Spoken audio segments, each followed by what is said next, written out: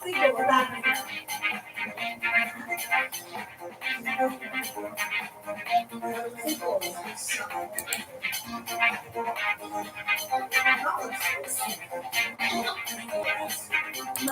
बनाया है। तो ये जो प्रोजेक्ट है ये किस प्रकार से आसानी से हम लोग घर पे बना सकते हैं वो आज हम लोग सीखेंगे बहुत ही इजी से। तो चलिए देखते हैं आज के वीडियो।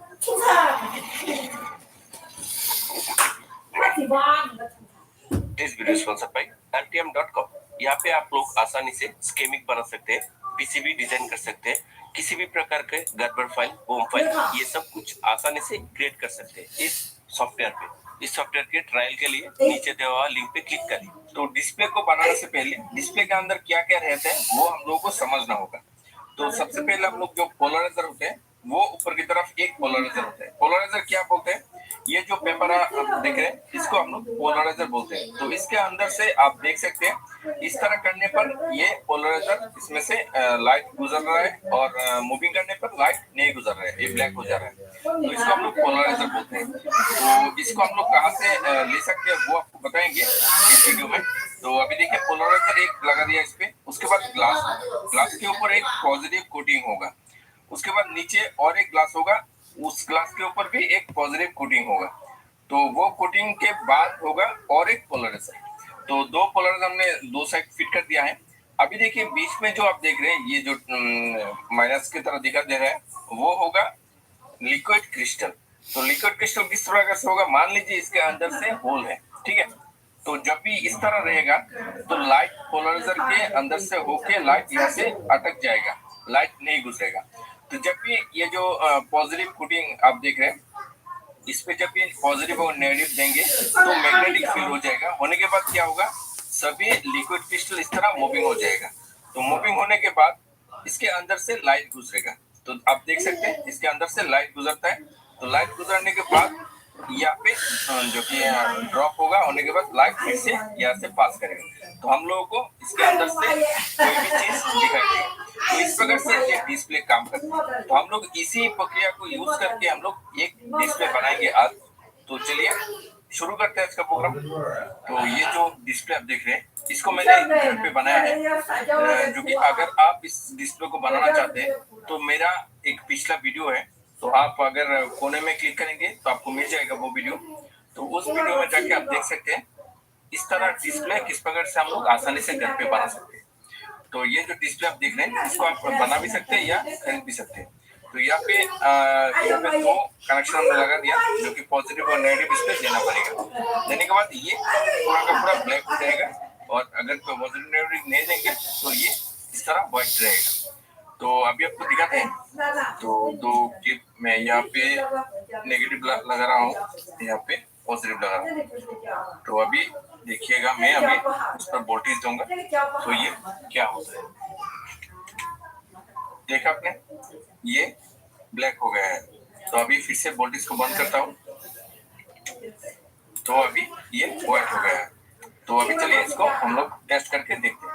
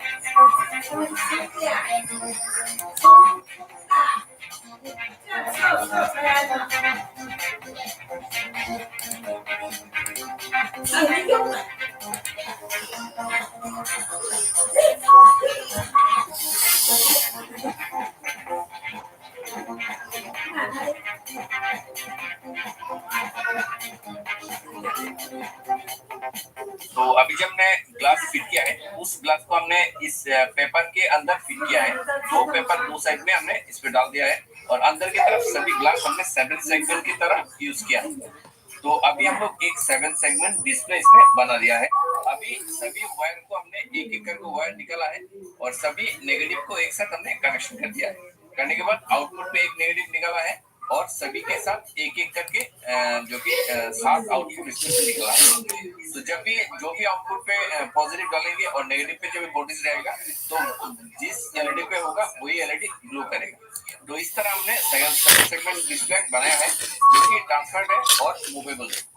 तो अभी चलिए इसका सर्किट बनाते हैं। सर्किट बहुत ही इजी है। एक आर्डिनो के जरिए हम लोग इसको बनाएंगे जो कि 1 2 3 4 करके ऐसे काउंटिंग होगा।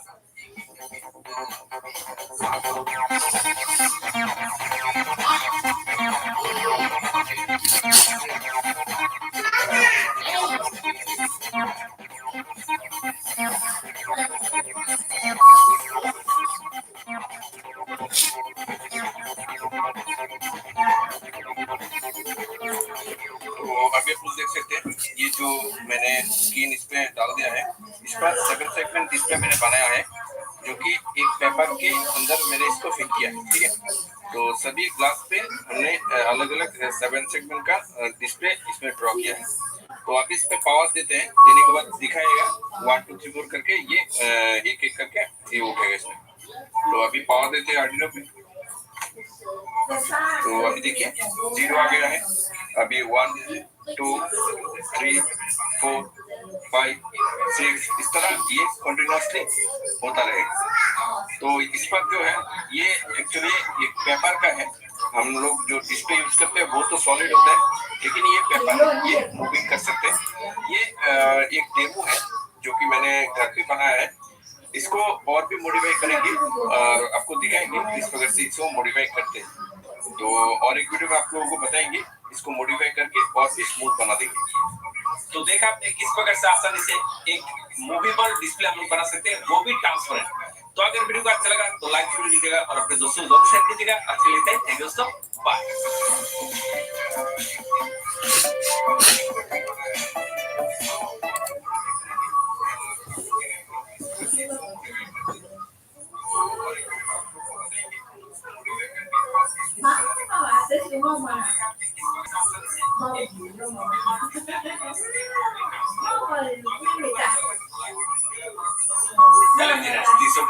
तो आज आपके लिए लाए हैं एक मूवेबल डिस्प्ले जो कि आप आसानी से मूविंग कर सकते हैं और ये ट्रांसपेरेंट भी है। तो आप देख सकते हैं यहाँ पे जो कि 1 2 3 4 करके ये काउंटिंग हो रहा है। तो ये मैंने 7 सेगमेंट डिस्प्ले बनाया है। तो ये जो प्रोजेक्ट है ये किस प्रकार से आसानी से हम लोग घर पे बना सकते हैं वो आज हम लोग सीखेंगे बहुत ही इजी से। तो चलिए देखते हैं आज के वीडियो।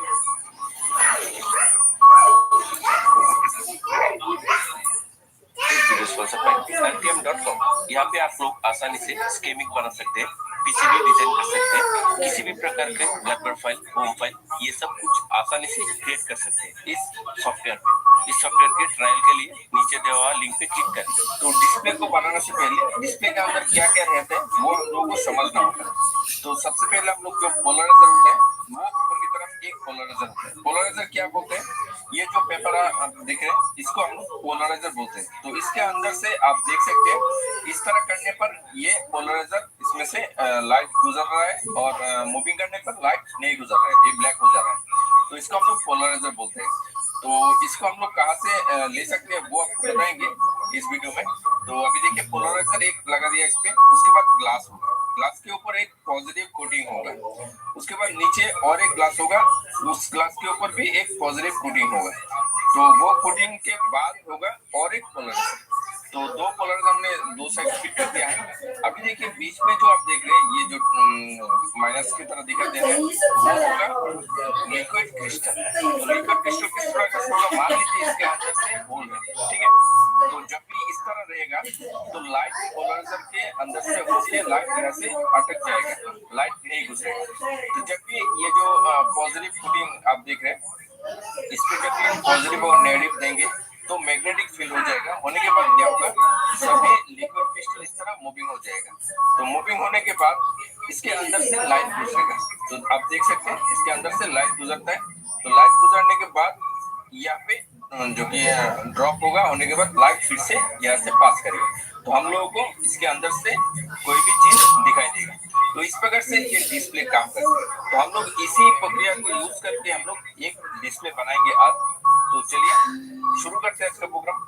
तो ये जो डिस्प्ले आप देख रहे हैं इसको मैंने घर पे बनाया है, जो कि अगर आप इस डिस्प्ले को बनाना चाहते हैं तो मेरा एक पिछला वीडियो है, तो आप अगर कोने में क्लिक करेंगे तो आपको मिल जाएगा वो वीडियो। तो उस वीडियो में जाके आप देख सकते हैं इस तरह डिस्प्ले किस प्रकार से हम लोग आसानी से घर पे बना सकते हैं। तो ये जो डिस्प्ले आप देख रहे हैं इसको आप बना भी सकते हैं या खरीद भी सकते हैं। तो यहाँ पे दो कनेक्शन हमने लगा दिया, जो कि पॉजिटिव और नेगेटिव इस पे देना पड़ेगा। देने के बाद ये पूरा का पूरा ब्लैक हो जाएगा, और अगर तो पॉजिटिव नेगेटिव नहीं देंगे तो ये इस तरह व्हाइट रहेगा। तो अभी आपको दिखाते हैं। तो दो क्लिप मैं यहाँ पे नेगेटिव लगा रहा हूँ, यहाँ पे पॉजिटिव लगा रहा हूँ। तो अभी देखिएगा, मैं अभी इस पर वोल्टेज दूंगा तो ये क्या होगा। देखा आपने, ये ब्लैक हो गया है। तो अभी फिर से वोल्टेज को बंद करता हूँ तो अभी ये व्हाइट हो गया है। तो अभी चलिए इसको हम लोग टेस्ट करके देखते हैं।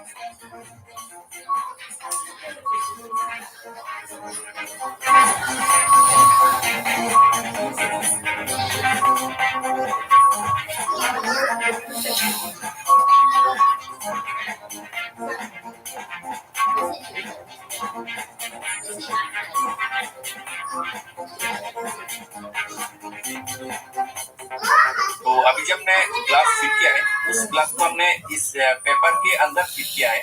दो पेपर दो साइड में हमने इस पे डाल दिया है, और अंदर की तरफ सभी ग्लास हमने 7 सेगमेंट की तरह यूज किया है। तो अभी हम लोग एक 7 सेगमेंट डिस्प्ले इसमें बना दिया है। अभी सभी वायर को हमने एक एक करके वायर निकाला है, और सभी नेगेटिव को एक साथ हमने कनेक्शन कर दिया है। करने के बाद आउटपुट पे एक नेगेटिव निकाला है, और सभी के साथ एक एक करके जो कि 7 आउटपुट इसमें से निकला है। तो जब भी जो भी आउटपुट पे पॉजिटिव डालेंगे और नेगेटिव पे जब वोल्टेज रहेगा, तो जिस एलईडी पे होगा वही एलईडी ग्लो करेगा। तो इस तरह हमने सेकंड सेगमेंट डिस्प्ले बनाया है, जो कि ट्रांसफर्ड है और मूवेबल है। तो अभी चलिए इसका सर्किट बनाते हैं। सर्किट बहुत ही इजी है।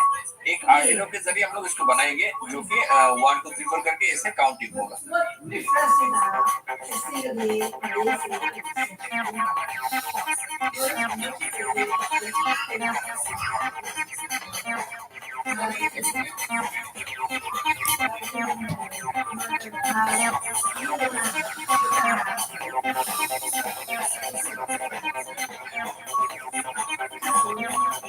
तो अभी आप देख सकते हैं ये जो मैंने स्क्रीन इस पे डाल दिया है, इस पर 7 सेगमेंट डिस्प्ले मैंने बनाया है, जो कि एक पेपर के अंदर मैंने इसको फिट किया। ठीक है, तो सभी ग्लास पे हमने अलग अलग 7 सेगमेंट का डिस्प्ले इसमें ड्रॉ किया। तो आप इस पे पावर देते हैं, देने के बाद दिखाएगा 1 2 3 4 करके ये एक एक करके ये उठेगा इसमें। तो अभी पावर देते हैं आर्डिनो पे। तो अभी देखिए 0 आ गया है। अभी 1 2 3 4 5 6 इस तरह ये कंटिन्यूअसली होता रहेगा। तो इस पर जो है ये एक्चुअली एक पेपर का हम लोग जो डिस्प्ले यूज करते हैं वो तो सॉलिड होता है, लेकिन ये पेपर है, ये मूविंग कर सकते हैं। ये एक डेमो है जो कि मैंने घर पे बनाया है। इसको और भी मॉडिफाई करेंगे और आपको दिखाएंगे किस प्रकार से इसको मॉडिफाई करते हैं। तो और एक वीडियो में आप लोगों को बताएंगे इसको मॉडिफाई करके और भी स्मूथ बना देंगे। तो देखा आपने किस प्रकार से आसानी से एक मूवेबल डिस्प्ले हम लोग बना सकते हैं, वो भी ट्रांसपेरेंट। तो अगर वीडियो को अच्छा लगा तो लाइक जरूर कीजिएगा और अपने दोस्तों जरूर शेयर कीजिएगा। आज के लिए थैंक यू दोस्तों, बाय।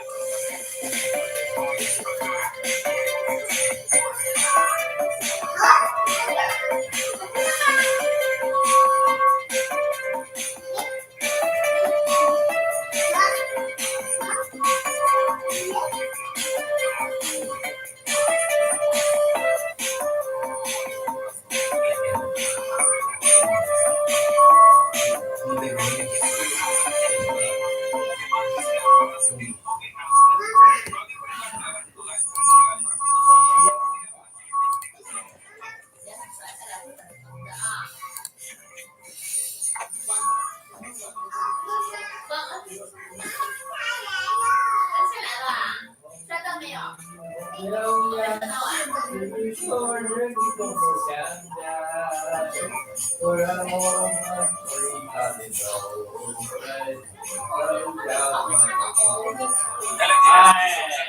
आज अपने लाए हैं एक मूवेबल डिस्प्ले जो कि आप आसानी से मूविंग कर सकते हैं और ये ट्रांसपेरेंट है। तो आप देख सकते हैं यहाँ पे जो कि ट्रिपल करके ये काउंटिंग हो रहा है।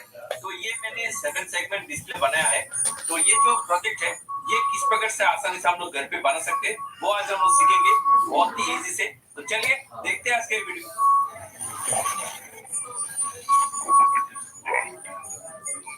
इस वीडियो स्पॉन्सर बाय altium.com। यहाँ पे आप लोग आसानी से स्केमिंग बना सकते हैं, पीसीबी डिजाइन कर सकते हैं, किसी भी प्रकार के गड़बड़ फाइल, बोम फाइल, ये सब कुछ आसानी से क्रिएट कर सकते हैं इस सॉफ्टवेयर पे। इस सॉफ्टवेयर के ट्रायल के लिए नीचे दिया हुआ लिंक पे क्लिक करें। तो डिस्प्ले को बनाने से पहले डिस्प्ले के अंदर क्या क्या रहता है वो हम लोगों को समझना होगा। तो सबसे पहले हम लोग जो पोलराइजर होते हैं वो ऊपर की तरफ एक पोलराइजर होता है। पोलराइजर क्या बोलते हैं, ये जो पेपर आप देख रहे हैं इसको हम लोग पोलराइजर बोलते हैं। तो इसके अंदर से आप देख सकते हैं इस तरह करने पर ये पोलराइजर इसमें से लाइट गुजर रहा है और मूविंग करने पर लाइट नहीं गुजर रहा है, ये ब्लैक हो जा रहा है। तो इसको हम लोग पोलराइजर बोलते हैं। तो इसको हम लोग कहाँ से ले सकते हैं वो आपको बताएंगे इस वीडियो में। तो अभी देखिए पोलराइजर एक लगा दिया इस पे, उसके बाद ग्लास होगा, ग्लास के ऊपर एक पॉजिटिव कोटिंग होगा, उसके बाद नीचे और एक ग्लास होगा, उस ग्लास के ऊपर भी एक पॉजिटिव कोटिंग होगा। तो वो कोटिंग के बाद होगा और एक पोलराइजर। तो दो पोलराइजर हमने दो साइड फिट कर दिया है। अभी देखिए बीच में जो आप देख रहे हैं ये जो माइनस की तरह दिखाई दे रहा है वो होगा लिक्विड क्रिस्टल। तो लिक्विड क्रिस्टल किस तरह से होगा, मान लीजिए इसके अंदर से होल है, ठीक है।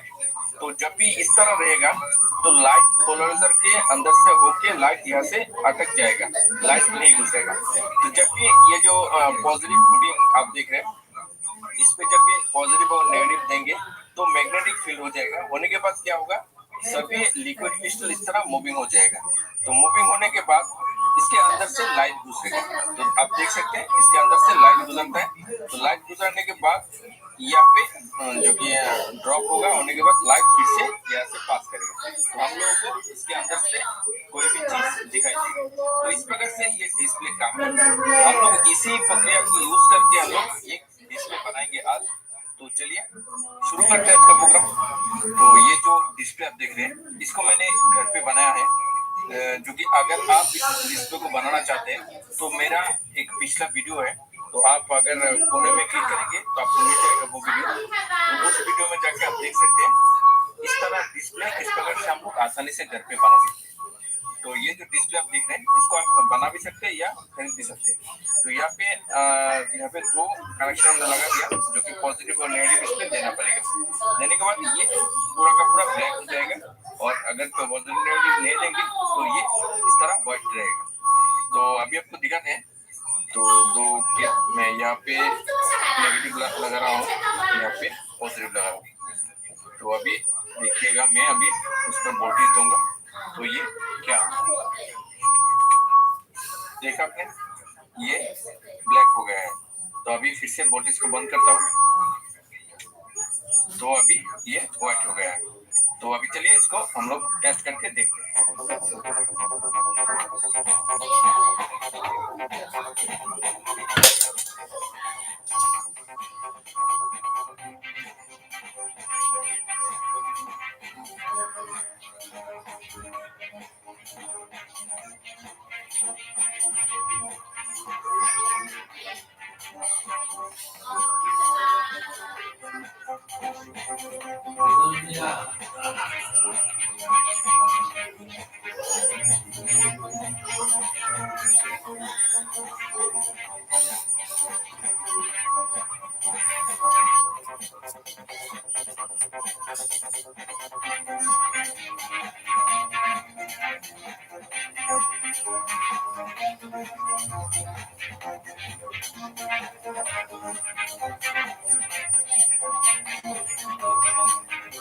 तो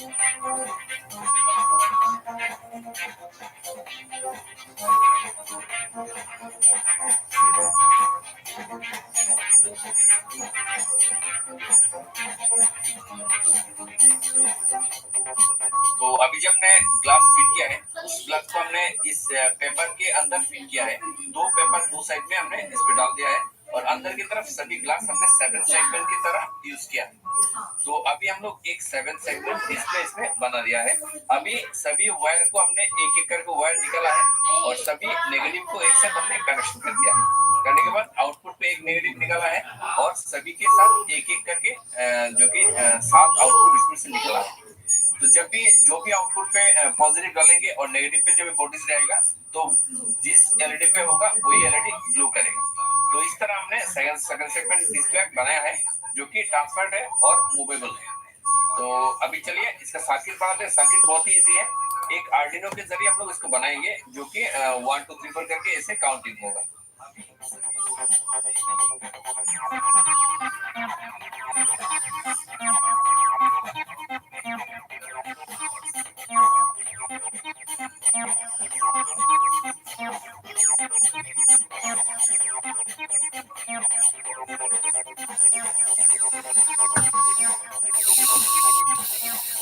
तो अभी आप लोग देख सकते हैं ये जो मैंने स्क्रीन इस पे डाल दिया है, इस पर 7 सेगमेंट डिस्प्ले मैंने बनाया है जो कि एक पेपर के अंदर मैंने इसको फिट किया है। ठीक है, तो सभी ग्लास पे हमने अलग अलग 7 सेगमेंट का डिस्प्ले इसमें ड्रॉ किया है। तो आप इस पे पावर देते हैं, देने के बाद दिखाएगा 1 2 3 4 करके ये एक एक करके ये उठेगा इसमें। तो अभी पावर देते हैं आर्डिनो पे। तो अभी देखिए 0 आ गया है। अभी 1 2 3 4 5 6 इस तरह ये कंटिन्यूअसली होता रहेगा। तो इस पर जो है ये एक्चुअली एक पेपर का है। हम लोग जो डिस्प्ले यूज करते हैं वो तो सॉलिड होता है, लेकिन ये पेपर है, ये मूविंग कर सकते हैं। ये एक डेमो है जो कि मैंने घर पे बनाया है। इसको और भी मॉडिफाई करेंगे और आपको दिखाएंगे किस प्रकार से इसको मॉडिफाई करते हैं। तो और एक वीडियो में आप लोगों को बताएंगे इसको मॉडिफाई करके और भी स्मूथ बना देंगे। तो देखा आपने किस प्रकार से आसानी से एक मूवेबल डिस्प्ले हम लोग बना सकते हैं, वो भी ट्रांसपेरेंट। तो अगर वीडियो को अच्छा लगा तो लाइक जरूर कीजिएगा और अपने दोस्तों जरूर शेयर कीजिएगा। अच्छे लगता है, थैंक यू दोस्तों,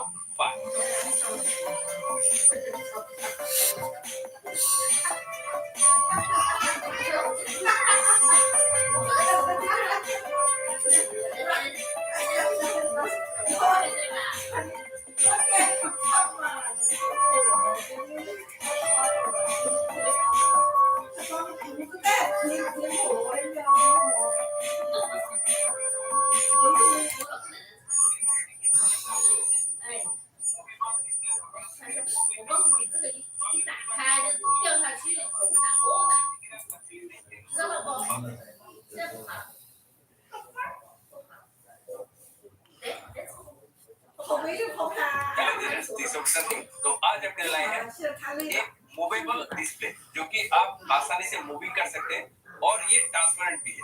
तो आप देख सकते हैं यहाँ पे जो कि 1 2 3 4 करके ये काउंटिंग हो रहा है। तो ये मैंने 7 सेगमेंट डिस्प्ले बनाया है। तो ये जो प्रोजेक्ट है ये किस प्रकार से आसानी से हम लोग घर पे बना सकते हैं वो आज हम लोग सीखेंगे बहुत ही इजी से।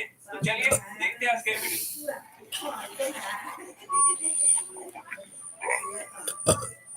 इस वीडियो स्पॉन्सर बाय LTM.com। यहाँ पे आप लोग आसानी से स्कीमिंग बना सकते हैं, पीसीबी डिजाइन कर सकते हैं, किसी भी प्रकार के गड़बड़ फाइल, होम फाइल, ये सब कुछ आसानी से क्रिएट कर सकते हैं इस सॉफ्टवेयर पे। इस सॉफ्टवेयर के ट्रायल के लिए नीचे दिए हुए लिंक पे क्लिक करें। तो डिस्प्ले को बनाने से पहले डिस्प्ले के अंदर क्या क्या रहता है वो हम लोगों को समझना होगा। तो सबसे पहले हम लोग जो पोलराइजर होते हैं वो ऊपर की तरफ एक पोलराइजर, पोलराइजर क्या बोलते हैं, ये जो पेपर आप देख रहे हैं इसको हम लोग पोलराइजर बोलते हैं। तो इसके अंदर से आप देख सकते हैं इस तरह करने पर ये पोलराइजर इसमें से लाइट गुजर रहा है और मूविंग करने पर लाइट नहीं गुजर रहा है, ये ब्लैक हो जा रहा है। तो इसको हम लोग पोलराइजर बोलते हैं। तो इसको हम लोग कहाँ से ले सकते हैं वो आपको बताएंगे इस वीडियो में। तो अभी देखिए पोलराइजर एक लगा दिया इस पे, उसके बाद ग्लास होगा, ग्लास के ऊपर एक पॉजिटिव कोटिंग होगा, उसके बाद नीचे और एक ग्लास होगा, उस ग्लास के ऊपर भी एक पॉजिटिव कोटिंग होगा। तो वो कोटिंग के बाद होगा और एक पोलराइजर। तो दो पोलराइजर हमने दो साइड फिट कर दिया है। अभी देखिए बीच में जो आप देख रहे हैं ये जो माइनस की तरह दिखा दे रहा है वो होगा लिक्विड क्रिस्टल। तो लिक्विड क्रिस्टल किस तरह का होगा, मान लीजिए इसके अंदर से होल है, ठीक है। तो जब भी इस तरह रहेगा तो लाइट पोलराइजर के अंदर से होके लाइट यहाँ से अटक जाएगा, लाइट नहीं गुजरेगा। तो जब भी ये जो पॉजिटिव कोटिंग आप देख रहे हैं इस पे जब भी पॉजिटिव और नेगेटिव देंगे तो मैग्नेटिक फील्ड हो जाएगा। होने के बाद क्या होगा, सभी लिक्विड क्रिस्टल इस तरह मूविंग हो जाएगा। तो मूविंग होने के बाद इसके अंदर से लाइट गुजरेगा। तो आप देख सकते हैं इसके अंदर से लाइट गुजरता है।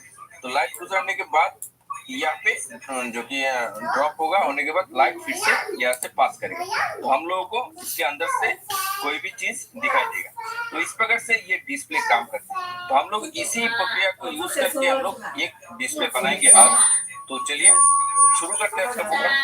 तो ये जो डिस्प्ले आप देख रहे हैं इसको मैंने घर पे बनाया है, जो कि अगर आप इस डिस्प्ले को बनाना चाहते हैं तो मेरा एक पिछला वीडियो है, तो आप this video sponsor by Altium.com। यहाँ पे आप लोग आसानी से स्केमिक बना सकते हैं, पीसीबी डिजाइन कर सकते हैं, किसी भी प्रकार के गड़बड़ फाइल, बोम फाइल, ये सब कुछ आसानी से क्रिएट कर सकते हैं इस सॉफ्टवेयर पे। इस सॉफ्टवेयर के ट्रायल के लिए नीचे दिया हुआ लिंक पे क्लिक करें। तो डिस्प्ले को बनाने से पहले डिस्प्ले के अंदर क्या क्या रहता है वो हम लोगों को समझना होगा। तो सबसे पहले हम लोग जो पोलराइजर होते हैं वो ऊपर की तरफ एक पोलराइजर होता है। पोलराइजर क्या बोलते हैं, ये जो पेपर आप देख रहे हैं इसको हम लोग पोलराइजर बोलते हैं। तो इसके अंदर से आप देख सकते हैं इस तरह करने पर ये पोलराइजर इसमें से लाइट गुजर रहा है और मूविंग करने पर लाइट नहीं गुजर रहा है, ये ब्लैक हो जा रहा है। तो इसको हम लोग पोलराइजर बोलते हैं। तो इसको हम लोग कहाँ से ले सकते हैं वो आपको बताएंगे इस वीडियो में।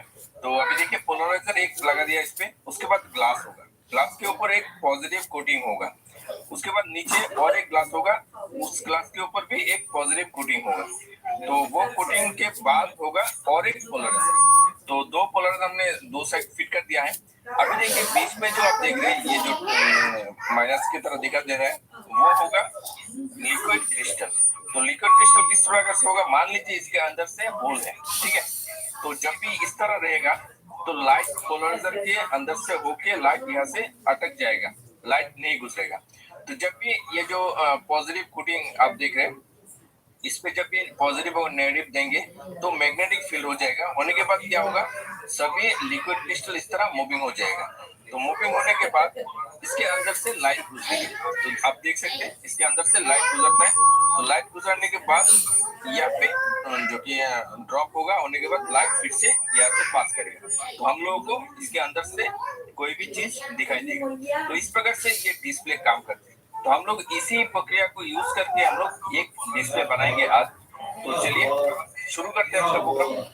तो ये जो डिस्प्ले आप देख रहे हैं इसको मैंने घर पे बनाया है, जो कि अगर आप इस डिस्प्ले को बनाना चाहते हैं तो मेरा एक पिछला वीडियो है, तो आप अगर कोने में क्लिक करेंगे तो आपको मिल जाएगा वो वीडियो।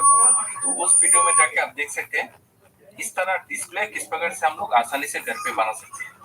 तो ये जो डिस्प्ले आप देख रहे हैं इसको आप बना भी सकते हैं या खरीद भी सकते हैं। तो यहाँ पे दो कनेक्शन हमने लगा दिया, जो कि पॉजिटिव और नेगेटिव इस पे देना पड़ेगा। देने के बाद ये पूरा का पूरा ब्लैक हो जाएगा, और अगर तो पॉजिटिव नेगेटिव नहीं देंगे तो ये इस तरह व्हाइट रहेगा। तो अभी आपको दिखाना है।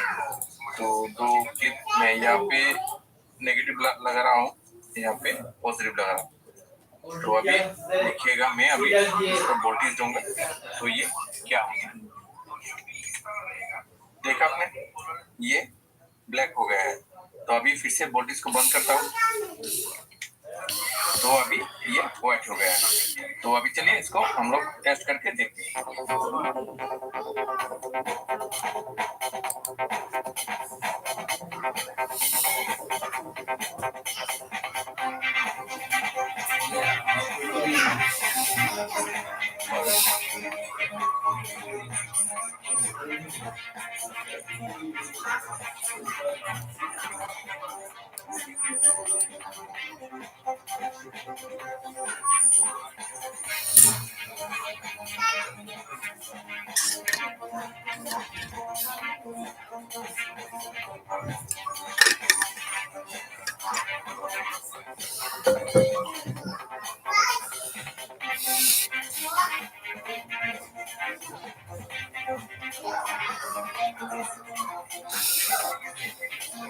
तो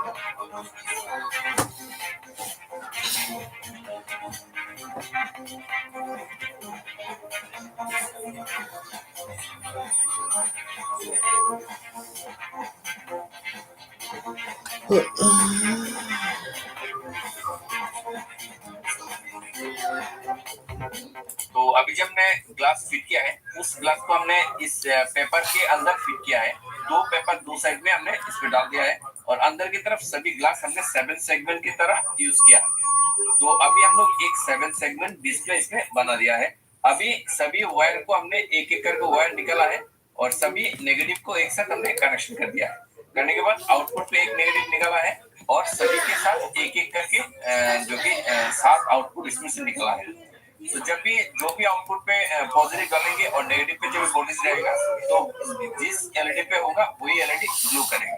तो इस तरह हमने सेकंड सेगमेंट डिस्प्ले बनाया है जो कि ट्रांसपेरेंट है और मूवेबल है। तो अभी चलिए इसका सर्किट बनाते हैं। सर्किट बहुत ही इजी है। एक आर्डिनो के जरिए हम लोग इसको बनाएंगे जो कि 1 2 3 करके इसे काउंटिंग होगा।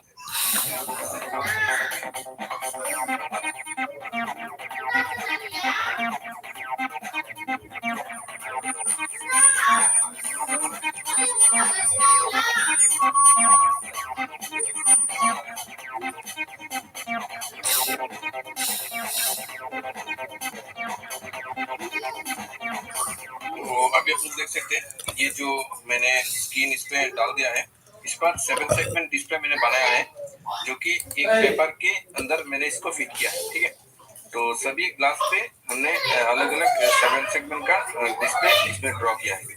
तो आप इस पे पावर देते हैं, देने के बाद दिखाएगा 1 2 3 4 करके ये एक एक करके ये उठेगा। तो अभी पावर देते हैं आर्डिनो पे। तो अभी देखिए 0 आ गया है। अभी 1 2 3 4 5 6 इस तरह ये कंटिन्यूअसली होता रहेगा। तो इस पर जो है ये एक्चुअली एक पेपर का है।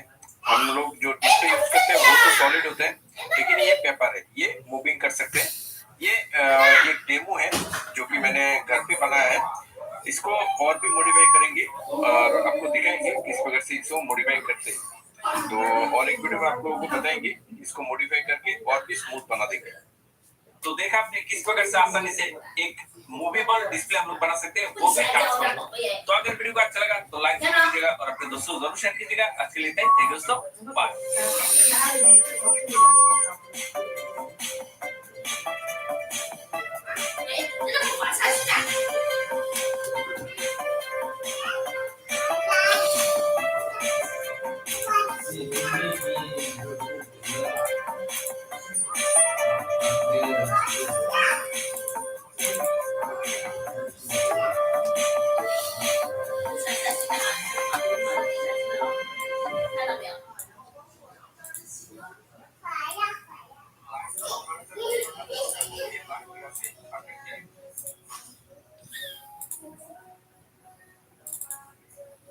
It has been a couple of months now since the first KiCad and STM32 tutorial video, which discussed how to make a bare bones STM32 PCB. Firstly, thank you very much for the attention that it received. Definitely so much more than I ever expected. I've decided to remake the video with a slightly different design to show JLC PCB assembly results, include some more tips, for example USB routing, buck converter layout and more, and also to improve the audio quality. This will be a rather long video, so as always, timestamps are in the description to help you find what you're looking for. These are some of my PCBs that all have been manufactured and assembled by JLC PCB.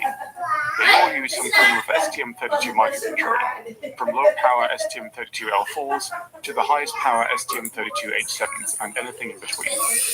Hopefully with the help of this video, you'll be able to incorporate STM32 microcontrollers into your own electronics projects and know how to order the PCBs at JLC PCB with assembly.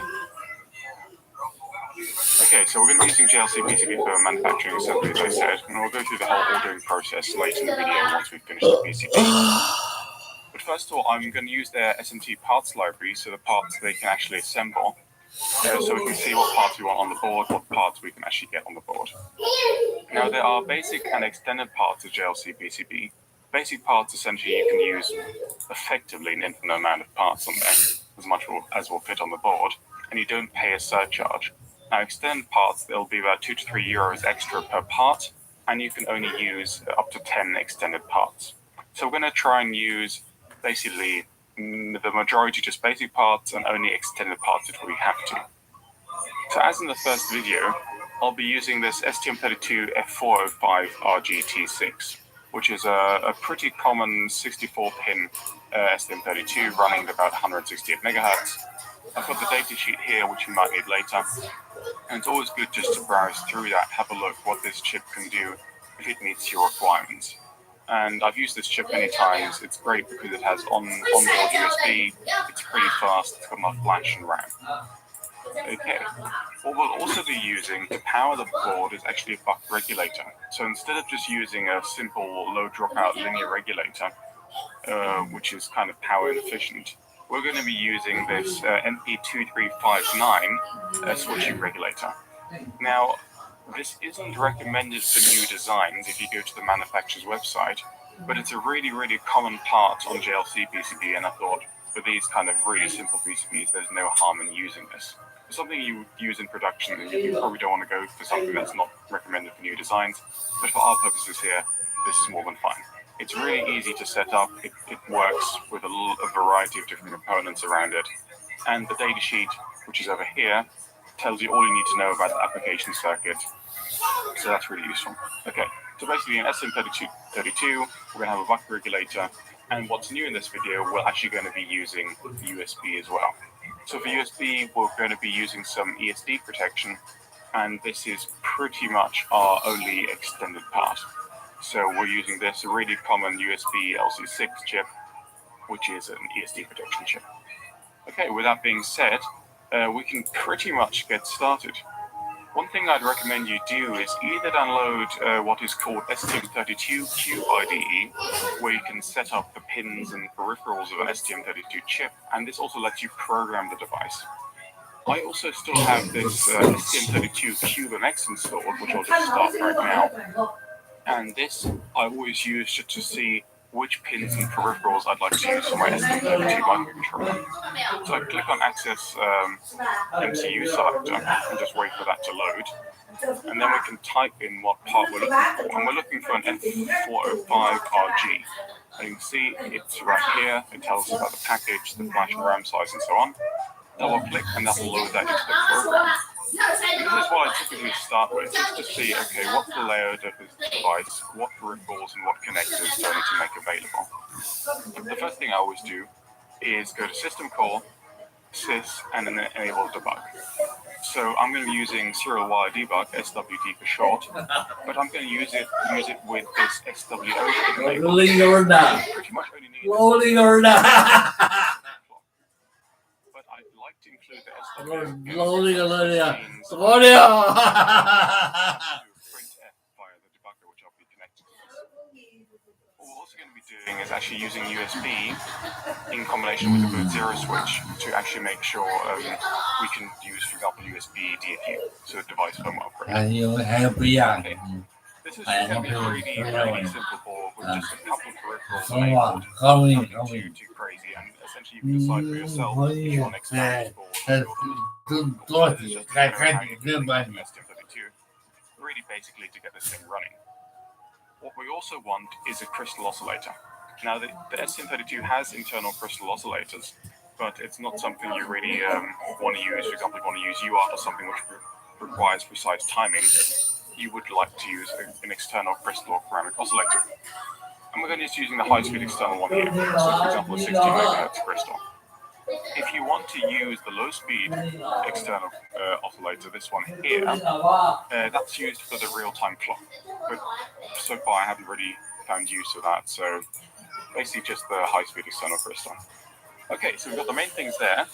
This is pretty much all we need if we don't want to connect anything to this device. It's the serial wire debug pins, and it's the crystal oscillator.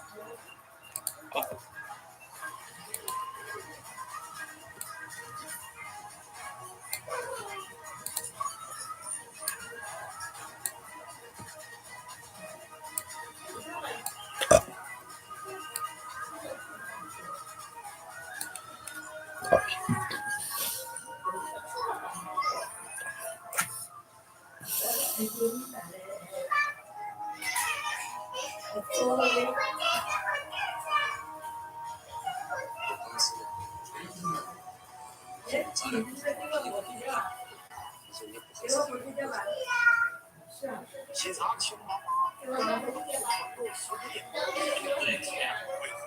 跟你怎么说的？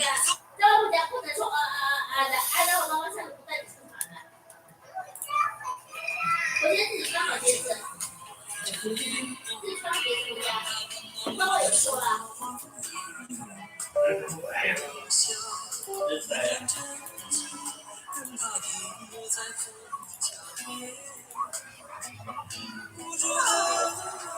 做什么？你妈不说的，自己说的。我说，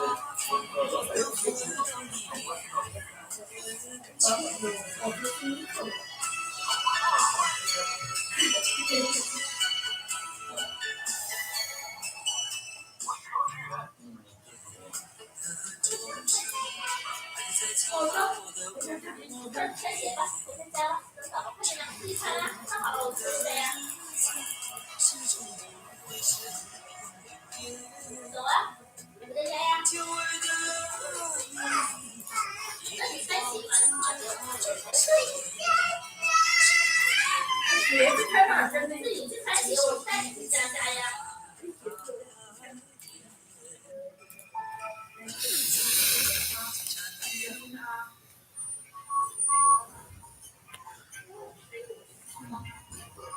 对的，对的，看进去。真气死！那个，明白吗？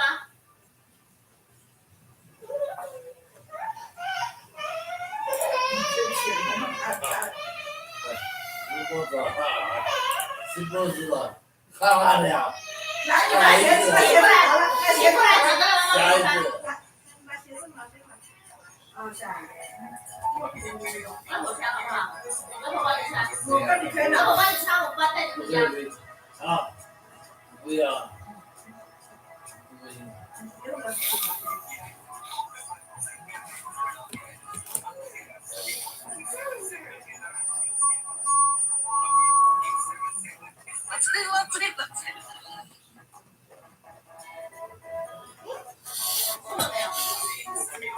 谁帮你穿的？让我拿。谁帮你穿的鞋啊？谁帮你穿的鞋？谁帮你穿的鞋？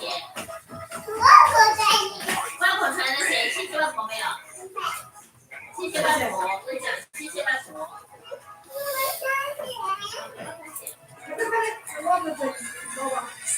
自己拿自己的包包。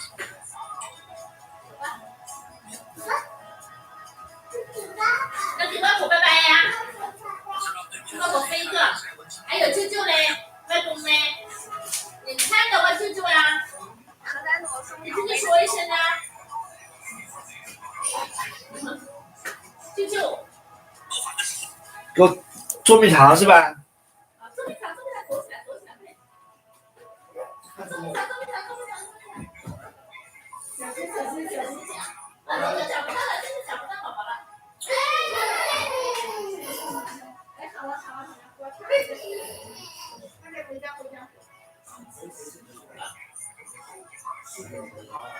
要睡觉了。绑起来。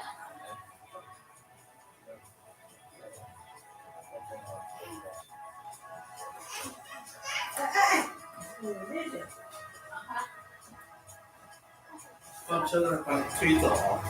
这个中车上这么很长的。妹跑到靠谱。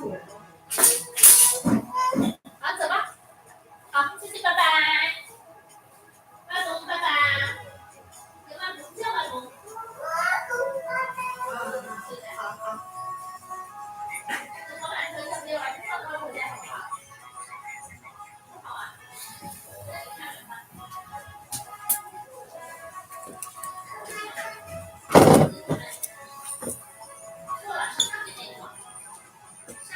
看美女了。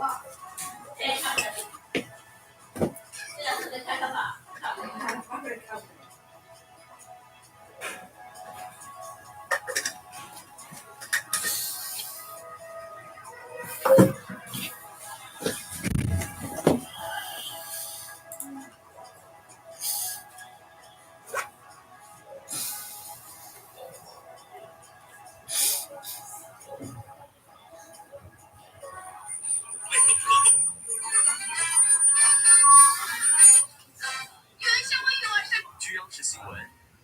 11日，一架东航搭载133人的波音737客机在广西梧州中线发生事故，并引发山火。目前救援队伍已经集结，正在靠近，伤亡情况未明。据上游新闻报道，广西梧州消防工作人员表示，已经接到了相关救援消息，正在调派力量赶赴现场进行确认。消防现在在位的人员都出动了，现在没有明确的地点，稍后会有具体的消息发布。据梧州消防介绍，该客机所处地方地理位置比较边缘，不是村落或城市，而是在一片山脉中。现在，当地消防正在尽快赶往现场。现隶属于广西壮族自治区梧州市、东接苍梧县、常州区、龙围区、南界岑溪市、玉林市荣县、西邻贵港市东南县、北与蒙山县、昭通县毗邻。中航空5735由昆明长泉飞往广州白屿。该飞机正常的落地时间应为下午15点05分。据知名航空博主，该航班由 B1791、波音737到800执行，机龄6.8年，2015年6月22日交付东航云南，客舱布局为 G12Y150。据央视新闻3月2日。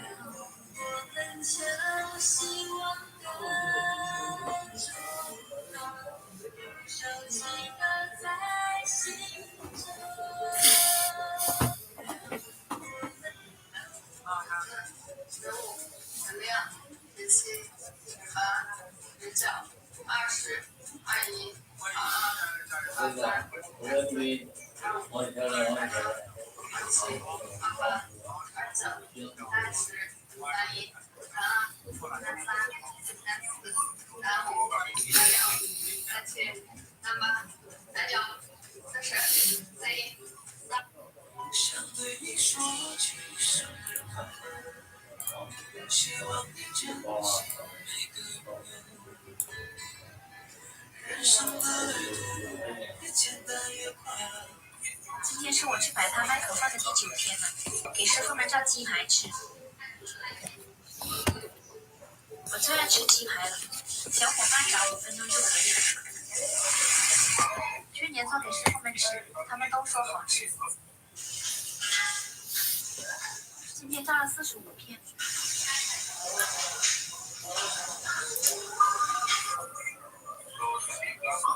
真的太香了，多照了几片自己吃。都是一整片的鸡胸肉做的，看到没？那都可以拉丝。吃的停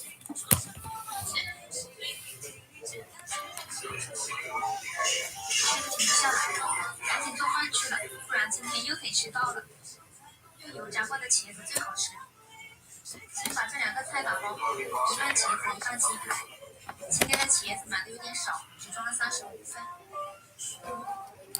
鸡排太大了，有点不好盖呀。五花肉焖猪肚也特别下饭。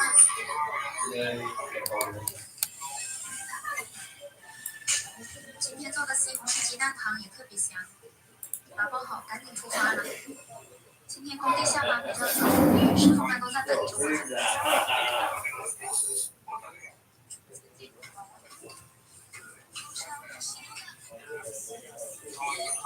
要去结账，不结账，不结账。35份头发10分钟就卖完了。今天是我去摆摊卖头发的第9天了，给师傅们照鸡排吃。我最爱吃鸡排了，小火慢炸5分钟就可以了。去年做给师傅们吃，他们都说好吃。用玉米做成面条能健忘吗？人到了中年，一定要多吃点粗粮，尤其是现在生活条件好了，大鱼大肉肯定少不了。咱们呀，一定要粗粮细粮合理搭配。我们家玉米面条都是东北哈尔滨的盐玉米，晒干磨成精细粉，现在有人工加工制作而成，不仅口感筋道松滑、鲜香浓郁，更是保持了原香同时。无论是煮面、炒面还是麻辣烫，都好吃到不得了。玉米面条膳食纤维丰富，含量高，非常适合中老年人。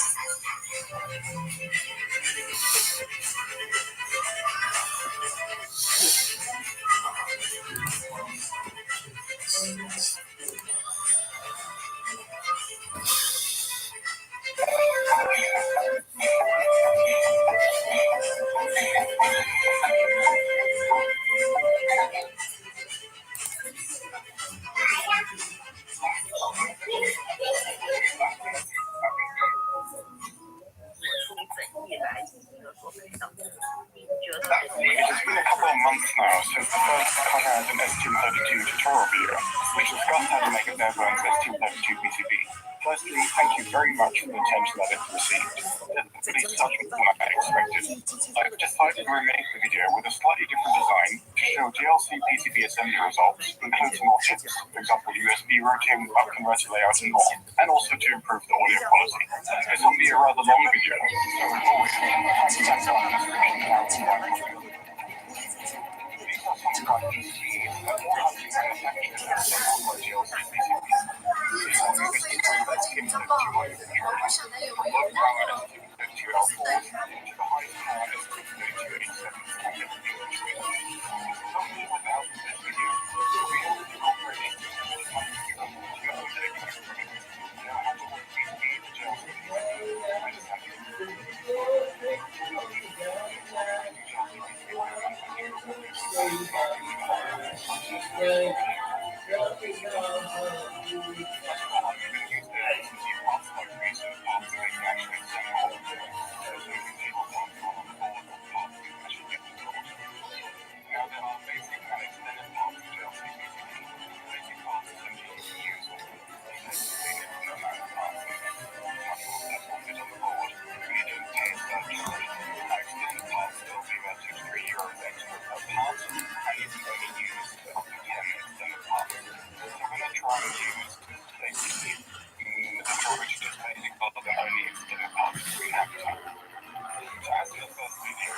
I'll be using this STM32L4 large P6, which is a pretty common 64-pin STM32 running around 150 MHz.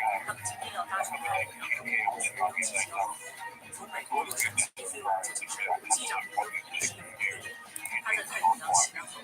And I've used this chip many times. It's great. It has lots of speed, really fast, flash RAM. I'll also be using the power control HD bus regulator. So instead of just using a simple low dropout regulator, which is kind of power efficient, we're going to be using this Now, it's recommended to design if you go to the manufacturer yourself, but it's a really, really common part on GLC, and I thought with these kind of grades, so they use using customers if you don't want to go to something that's not recommended to design it's very easy to set up this work with a little bit of variety of components around it. And the data sheet, which is over here, has the ability to run application circuit. Later,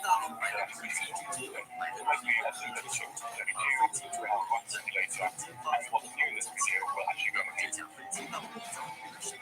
坠落的地区有什么特殊之处？为何频频被人传出灵异事件？飞机失事的背后还有哪些不为人知的故事？这期视频就为大家一一解答。11月24日当天，一架南方的航母按照惯例在执行任务，他们人顺飞行，同时会机长和副机长都会在优秀飞行，是我国最高等的飞行能力。然而他们更重要的是，几百个年轻的生命将要在会议中。就在飞行了8个小时之后，机组人员做了一个反常的决定，他们要求停飞下降然而此时的飞机就然后在山坡地区伴随着一声巨大的声响轰击，为了还没集合相关部门前来协助，搜救人员占领了大多数的烟场面积在一辆45吨的飞机只有不到2吨的残骸。飞机上的这些人难道飞机正在讨论谁人是还是他们相信因为这些关于并不是完整的实现而是存在，对本还是一种手掌，而这种才能增强正在保护和发挥好的关系。网友和媒体猜测事件真相的随着调查还在真相的调查，就是历史上唯一不能在飞机上发18767。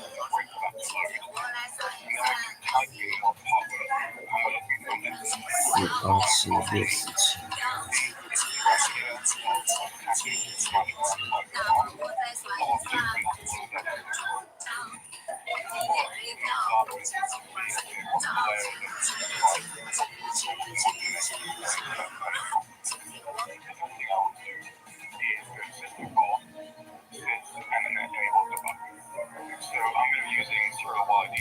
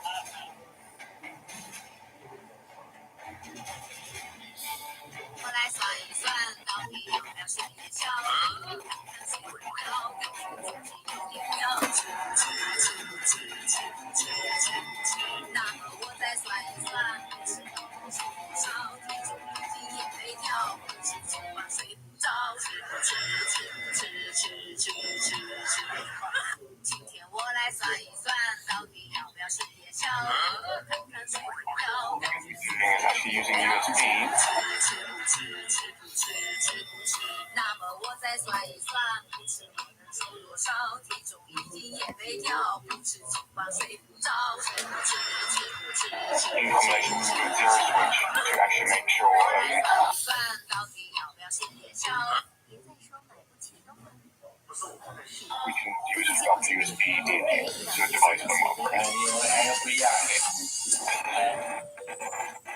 女士们、先生们，欢迎您乘坐四川航空的航班38750。本次航班由广州南苑国际机场飞往重庆子内国际机场。本次航班的待运距离为965公里，预计载客飞行1小时42分。本次过年了，您知道重庆和四川的运气有多少人在广东吗？女士们、先生们，飞机很快就要起飞了，请您系好安全带，关闭电子设备，祝您旅途愉快。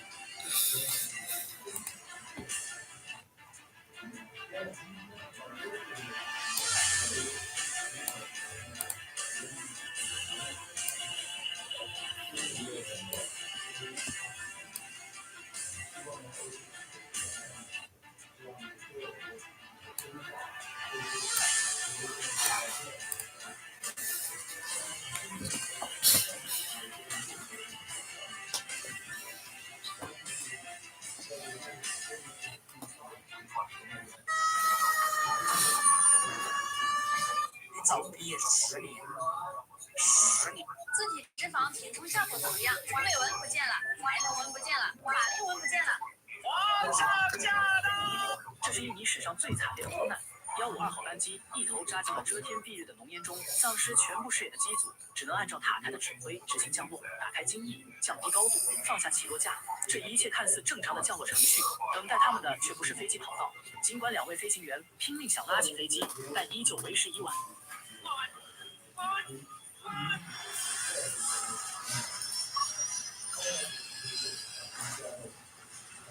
那么，为什么飞机会出现在与机场相反的方向？又是为什么空管没有发现飞机偏离了正常航路？难道这一切都源于神秘的浓烟？经过了长时间的调查分析，终于还原了事件的全部过程。这架152号航班正在高空巡航，机组依旧是老带新的搭配，机长依旧有着超5000小时的飞行经验，并且他经常飞这趟航班。副驾驶则刚刚直飞，这是他的第一趟航班。他们驾驶的是空客 A300客机。本次航班从印尼首都雅加达飞往棉兰，途中风平浪静，但因为苏门答腊岛上的山林大火，让整个东南亚地区都笼罩在一片浓烟中，这会让他们的降落变得有些困难。很快，空乘便开始做降落前的准备。副驾将安全带灯和禁烟灯打开，提示乘客准备降落。塔台也传来消息，让152号航班下降高度并减速。然后飞机便意料之中地扎进一片浓烟中。此时的机组已经没办法看到任何目视参考物，他们只能按照仪表以及塔台的指挥完成降落。但空管此时同样焦头烂额。在加鲁达152降落的同时，还有一个歌航152正在准备起飞。2个名字相似的航班让他忙中出错。在对加鲁达152下达进场指令时，无意说成了歌航152，这让2位机长并没有领会。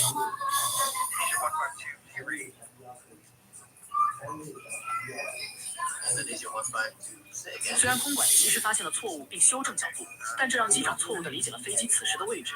要知道，航路一般都有明确的标准，尽管此时机组无法目视窗外，但是通过空管下达的指令，还是可以大概判断飞机飞行的方位。很快，空管再次下达指令，要求152号航班右转46度，这是飞机降落前的最后一个转向。当完成右转后，飞机将正好对齐跑道。然而，意外却在此时悄然发生了，飞机并没有按照空管的指令右转，而是左倾后开始向左转向。原来，在机长以前所有的降落中，飞机的航线一直是从跑道的左侧飞行，然后做最后一个左转对准跑道。然而本次却因为跑道有一架飞机起飞，占用了左侧航线，所以空管便要求加鲁达152从机场右侧进境。但他并没有告诉机长，此次是从右侧航路降落。偏偏加鲁达152号航班的机长正好搞混了飞机的位置，这让他虽然应答了空管的指令，却下意识地按照自己心中的印象向左转弯。按理来说，这并不致命，因为空管可以在雷达上及时发现并提醒机组做出调整。但又非常巧合的是，当时棉兰机场的雷达非常落后，每隔15秒才会刷新一次飞机的状态，这让举目无助的152号航班错失了最后一次机会。突然出现在眼前的山头让两人目瞪口呆，机长赶紧加满引擎动力，期望可以拉升高度。然而为时已晚，他们早已走向绝路。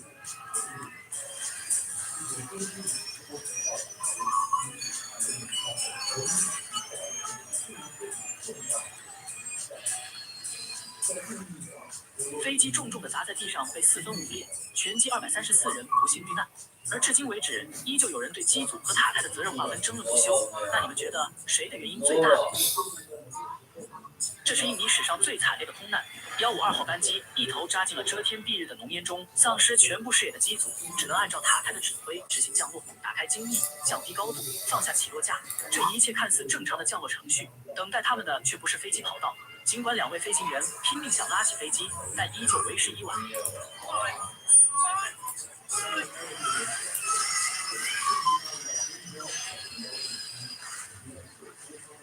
那么，为什么飞机会出现在与机场相反的方向？又是为什么空管没有发现飞机偏离了正常航路？难道这一切都源于神秘的浓烟？经过了长时间的调查分析，终于还原了事件的全部过程。这架152号航班正在高空巡航，机组依旧是老带新的搭配，机长依旧有着超5000小时的飞行经验，并且他经常飞这趟航班。副驾驶则刚刚直飞，这是他的第一趟航班。他们驾驶的是空客 A300客机。本次航班从印尼首都雅加达飞往棉兰，途中风平浪静，但因为苏门答腊岛上的山林大火，让整个东南亚地区都笼罩在一片浓烟中，这会让他们的降落变得有些困难。很快，空乘便开始做降落前的准备。副驾将安全带灯和禁烟灯打开，提示乘客准备降落。塔台也传来消息，让152号航班下降高度并减速，然后飞机便意料之中地扎进一片浓烟中。此时的机组已经没办法看到任何目视参考物，他们只能按照仪表以及塔台的指挥完成降落。但空管此时同样焦头烂额，在加鲁达152降落的同时，还有一个歌航152正在准备起飞。两个名字相似的航班让他忙中出错。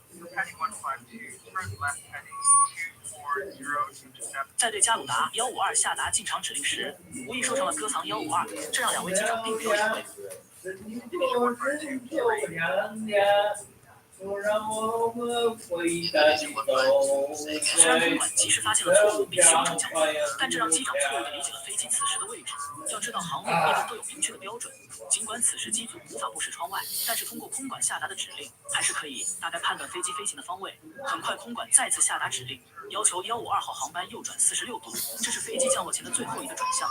当完成右转后，飞机将正好对齐跑道。然而意外却在此时悄然发生了，飞机并没有按照空管的指令右转，而是左倾后开始向左转向。原来在机长以前所有的降落中，飞机的航线一直是从跑道的左侧飞行，然后做最后一个左转对准跑道。然而本次却因为跑道有一架飞机起飞，占用了左侧航线，所以空管便要求加鲁达152从机场右侧进境。但他并没有告诉机长，此次是从右侧航路降落。偏偏加鲁达152号航班的机长正好搞混了飞机的位置，这让他虽然应答了空管的指令，却下意识地按照自己心中的印象向左转弯。按理来说，这并不致命，因为空管可以在雷达上及时发现并提醒机组做出调整。但又非常巧合的是，当时棉兰机场的雷达非常落后，每隔15秒才会刷新一次飞机的状态，这让举目无助的152号航班错失了最后一次机会。突然出现在眼前的山头让两人目瞪口呆，机长赶紧加满引擎动力，期望可以拉升高度。然而为时已晚，他们早已走向绝路。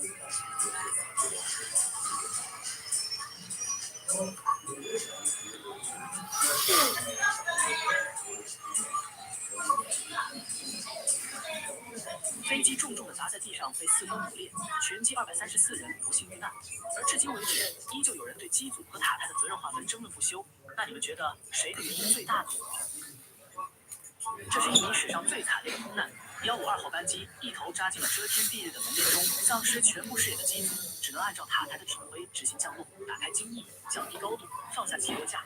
这一切看似正常的降落程序，等待他们的却不是飞机跑道。尽管两位飞行员拼命想拉起飞机，但依旧为时已晚。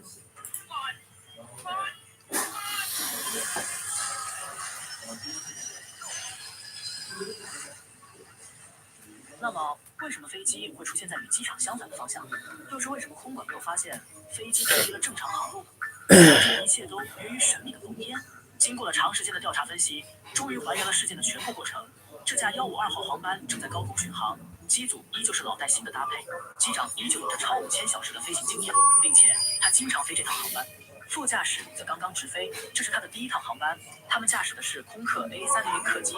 本次航班从印尼首都雅加达飞往棉兰，途中风平浪静，但因为苏门答腊岛上的山林大火，让整个东南亚地区都笼罩在一片浓烟中，这会让他们的降落。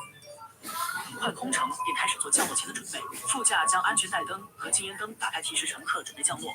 塔台也传来消息，让152号航班下降高度并减速。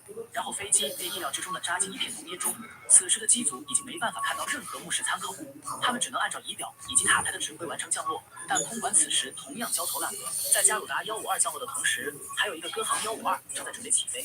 两个名字相似的航班让他忙中出错。在对加鲁达152下达进场指令时，无意说成了歌航152，这让两位机长并没有领会。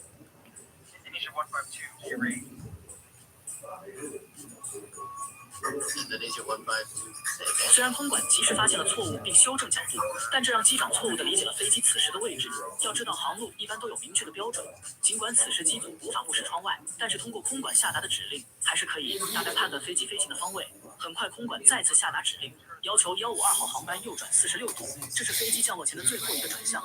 当完成右转后，飞机将正好对齐跑道。然而意外却在此时悄然发生了，飞机并没有按照空管的指令右转，而是左倾后开始向左转向。原来在机长以前所有的降落中，飞机的航线一直是从跑道的左侧飞行，然后做最后一个左转对准跑道。然而本次却因为跑道有一架飞机起飞，占用了左侧航线，所以空管被要求加鲁达152从机场右侧进近。但他并没有告诉机长，此次是从右侧航路降落。偏偏加鲁达152号航班的机长正好搞混了飞机的位置，这让他虽然应答了空管的指令，却下意识地按照自己心中的印象向左转弯。按理来说，这并不致命，因为空管可以在雷达上及时发现并提醒机组做出调整。但又非常巧合的是，当时棉兰机场的雷达非常落后，每隔15秒才会刷新一次飞机的状态，这让举目无助的152号航班错失了最后一次机会。突然出现在眼前的山头让两人目瞪口呆，机长赶紧加满引擎动力，期望可以拉升高度。然而为时已晚，他们早已走向绝路。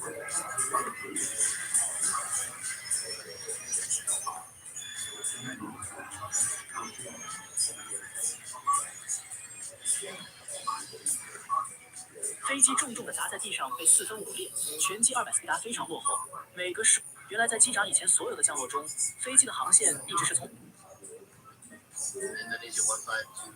虽然空管及时发现了错误并修正角度，但这让机长错误地理解了飞机此时的位置。要知道，航路一般都有明确的标准。尽管此时机组无法目视窗外，但是通过空管下达的指令，还是可以大概判断飞机飞行的方位。很快，空管再次下达指令，要求152号航班右转46度，这是飞机降落前的最后一个转向。当完成右转后，飞机将正好对齐跑道。然而意外却在此时悄然发生了，飞机并没有按照空管的指令右转，而是左倾后开始向左转向。原来在机长以前所有的降落中，飞机的航线一直是从跑道的左侧飞行，然后做最后一个左转对准跑道。然而本次却因为跑道有一架飞机起飞，占用了左侧航线，所以空管便要求加鲁达152从机场右侧进近，但他并没有告诉机长此次是从右侧航路降落。偏偏加鲁达152号航班的机长正好搞混了飞机的位置，这让他虽然应答了空管的指令，却下意识地按照自己心中的印象向左转弯。按理来说，这并不致命，因为空管可以在雷达上及时发现并提醒机组做出调整。但又非常巧合的是，当时棉兰机场的雷达非常落后，每隔15秒才会刷新一次飞机的状态，这让举目无助的152号航班错失了最后一次机会。突然出现在眼前的山头，让两人目瞪口呆。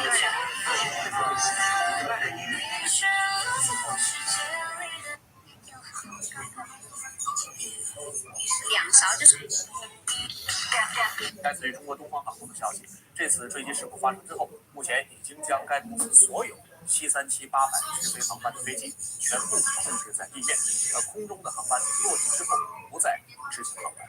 来自于中国东方航空的消息，这次坠机事故发生之后，不知道有多少朋友至今都不敢乘飞机呢？而乘飞机的朋友，您最担心的场景是什么呢？是窗户上的玻璃突然碎掉，机舱门飞着飞着就没了，还是机头飞着飞着没了呢？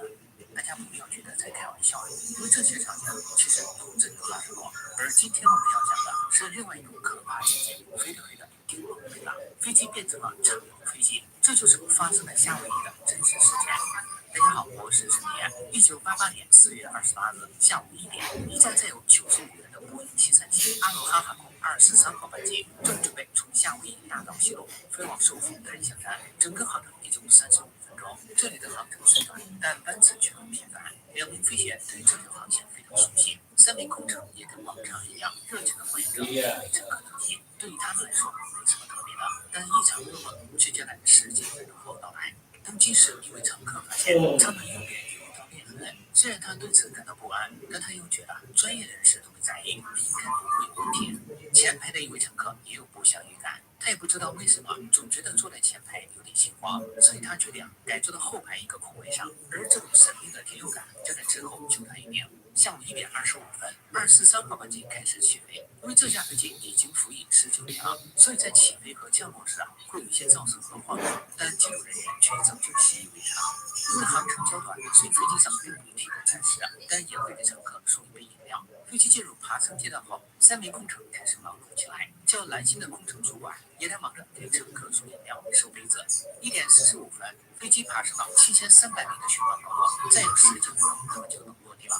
突然，机身传来砰的一声，之后开始剧烈晃动，所有人都被寒冷的强风吹得浑身是痛。机长意识到机舱可能发生了瞬间失压，而实际的情况更糟。原来驾驶舱后方的一块顶棚突然飞走了，前排座位的上方竟出现了一个35平米的大洞。过了一会儿，慌乱的乘客发现有名空乘昏倒在地，但是被气流和碎片阻挡了，而空乘主管兰心却已不见踪影。因为噪声太大，2名飞行员根本听不到对方的声音，他们也不知道后面发生了什么。当副驾驶回头看时，才发现了惊悚的一幕。本该看见客舱的他，却看到一片蔚蓝的天空，客舱的前5排这时都暴露在空中，那种感觉就相当于以500公里的时速在空中开敞篷车一样。强风和噪声就不说了，安全带没有让乘客被吸出机舱，但寒冷和缺氧就会导致他们出现低温症或窒息。机长明白，要想保住乘客的性命，必须立刻将飞机的高度降低。于是他从副驾驶手中接过操控权，并执行紧急下降程序。但快速的下降和飞行速度的提升，却让乘客体验到另一种恐惧，因为机身这时只剩地板相连，机头就弯曲下降了1米左右，再加上碎片的阻挡，乘客根本看不到驾驶舱，所以他们不知道飞行员是否还活着，甚至机头还有没有都不清楚。不知道有多少朋友至今都不敢乘飞机了，而乘飞机的朋友，您最担心的场景又是什么呢？是窗户上的玻璃突然碎掉，机舱门飞着飞着就没了，还是机头飞着飞着没了呢？大家不要觉得在开玩笑因为这些场景其实都真的发生过。而今天我们要讲的是另外一种可怕情景，飞着飞着顶棚没了，飞机变成了敞篷飞机，这就是发生在夏威夷的真实事件。大家好，我是沈岩。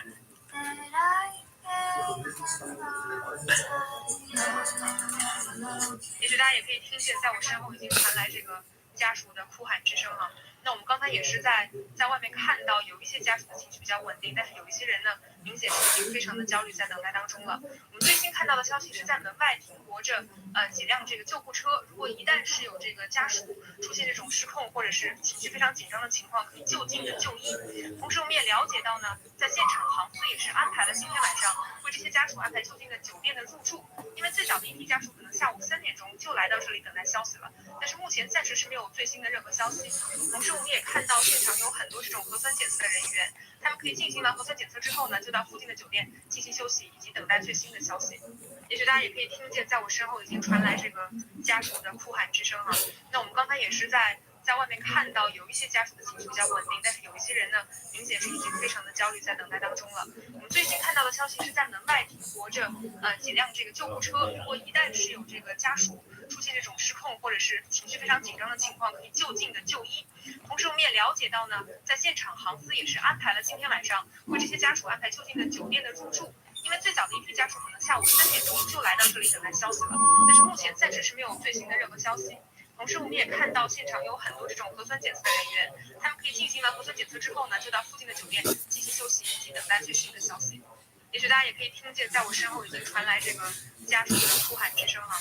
那我们刚才也是在外面看到有一些家属的情绪比较稳定，但是有一些人呢，明显是已经非常的焦虑，在等待当中了。我们最新看到的消息是在门外停泊着几辆这个救护车，如果一旦是有这个家属出现这种失控或者是情绪非常紧张的情况，可以就近的就医。同时我们也了解到呢，在现场航司也是安排了今天晚上为这些家属安排就近的酒店的入住，因为最早的一批家。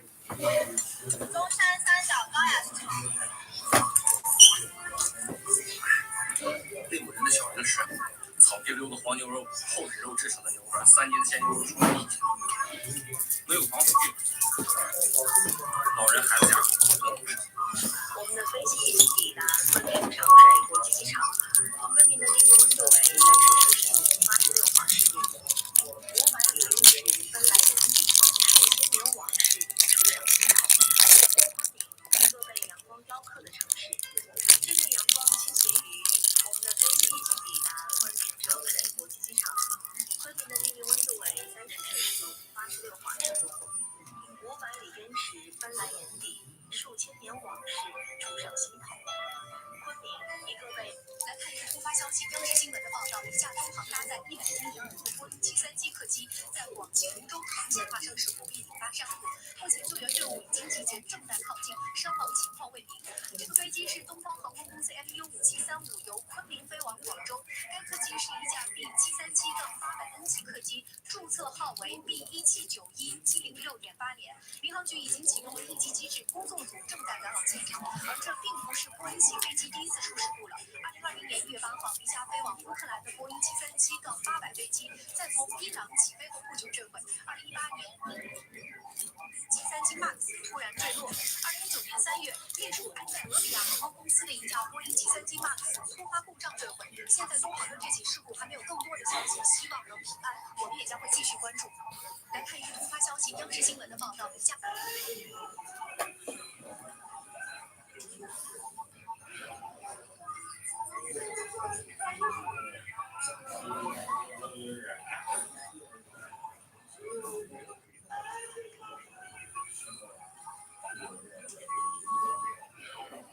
为什么飞机不给乘客配备降落伞？原因有4点：你用不上，你不会用，用了你也跳不了，就算跳了也不见得。首先第一点，我们要知道飞机的安全系数特别的高。根据统计，全球每年运送的旅客数超过了30亿次，但死亡的人数最多的时候也就3000多人。道路交通安全事故每年带走100多万生命，这个差距非常大，可以看出飞机真的是太安全了。一个普通的人坐飞机遇到事故的几率在1000万分之一，就跟中彩票是一样的。所以飞机上完全不需要配备降落伞，不仅乘客没有，飞机上的驾驶员还有乘务员都没有。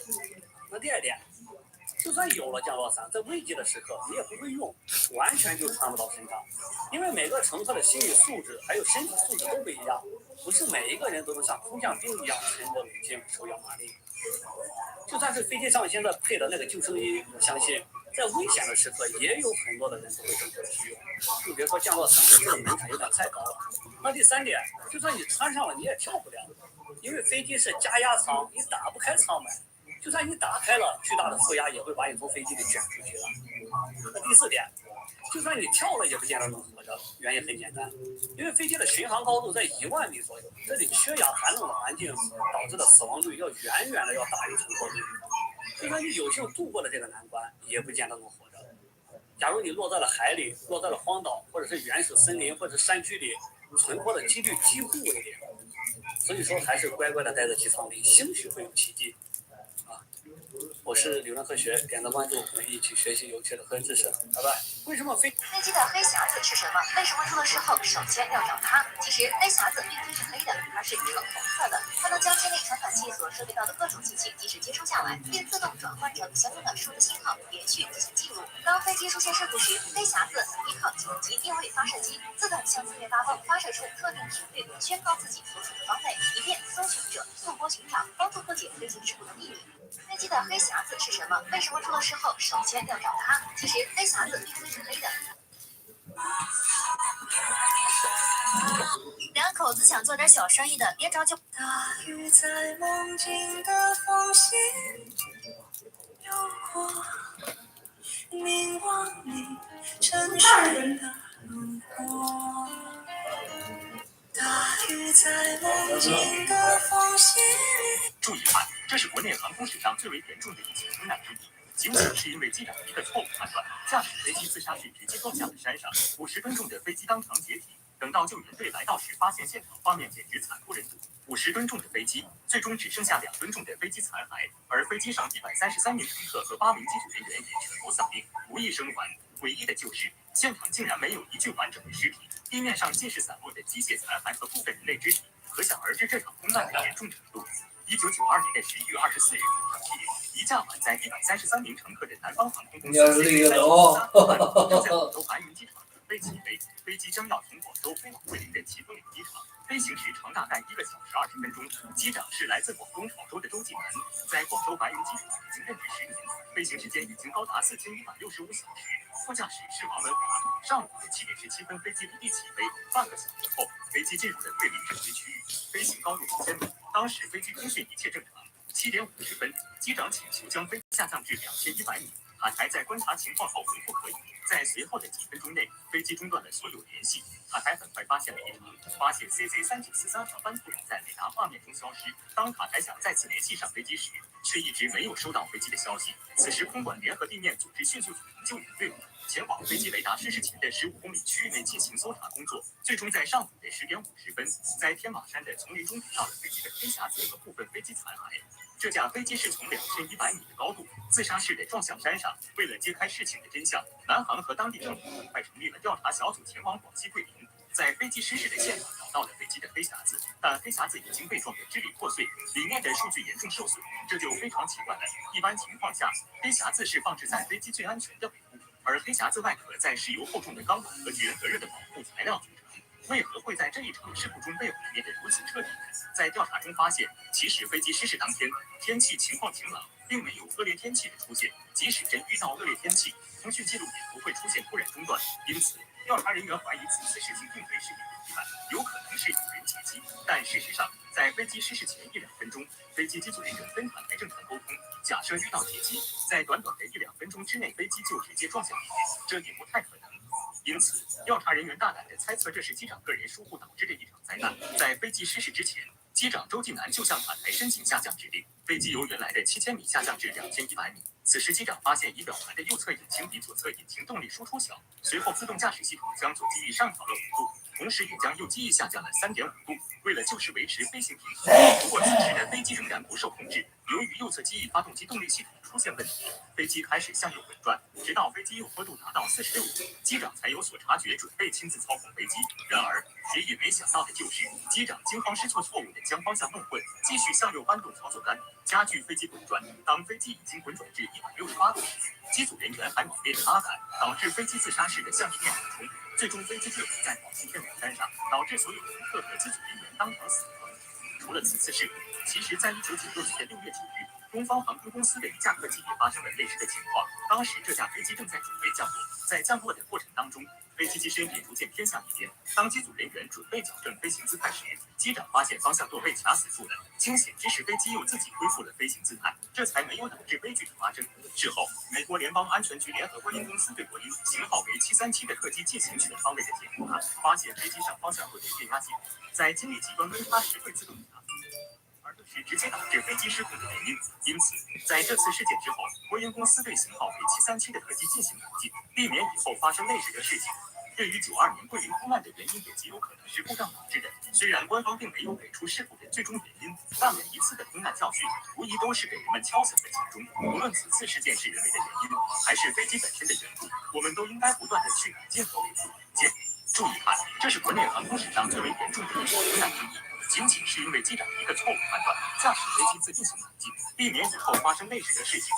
对于92年桂林空难的原因也极有可能是故障导致的。虽然官方并没有给出事故的最终原因，但每一次的空难教训无疑都是给人们敲响的警钟。无论此次事件是人为的原因，还是飞机本身的缘故，我们都应该不断的去改进和维护。注意看，空姐的工资有多少？空姐的工资是有。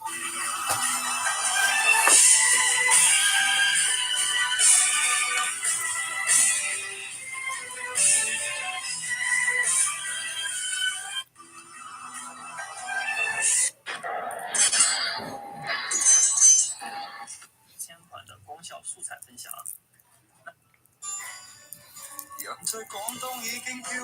东航客机坠毁之后，我们看到各方的搜救力量第一时间启动应急机制，并向现场集结。接下来我们通过一个短片了解一下这个过程。民航局和应急管理部已启动应急机制，派出工作组赶赴现场。目前经确认，坠毁位置为广西梧州市浪南镇莫浪村神堂表附近山林。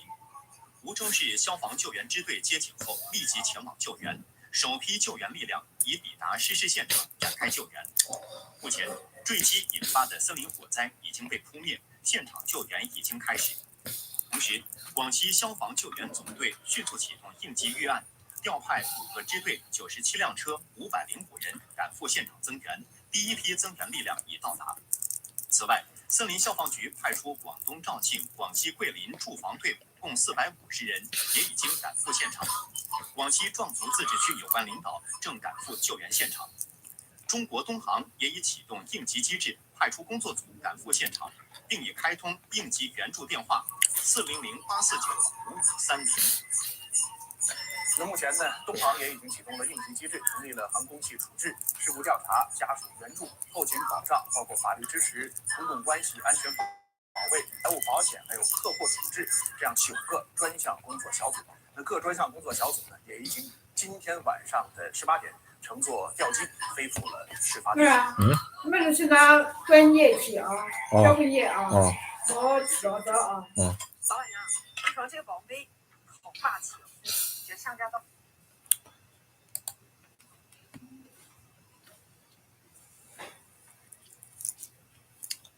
为什么客机不配降落伞？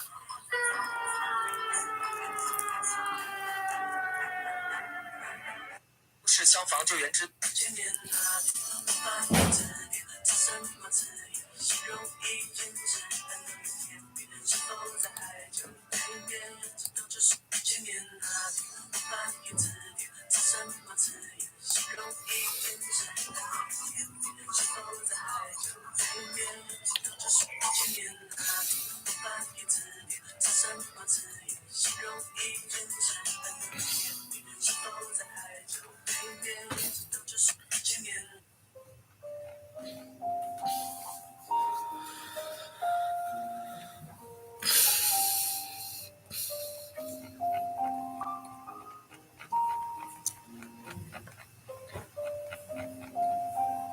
在133人客机在广西发生事故，客机所处地理位置比较边缘，在一边山脉。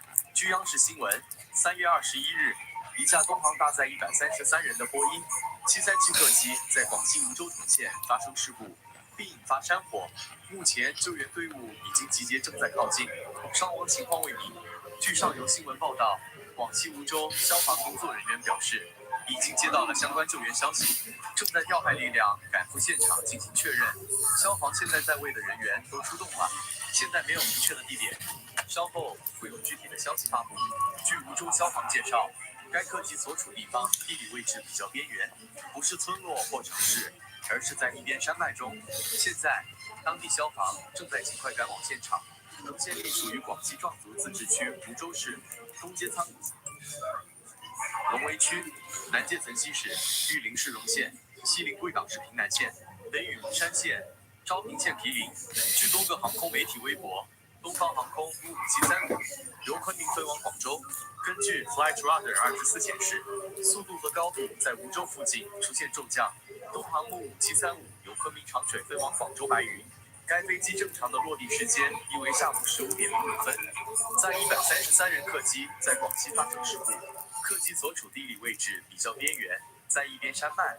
据央视新闻，3月21日，一架东航搭载133人的波音737客机在广西梧州顶县发生事故。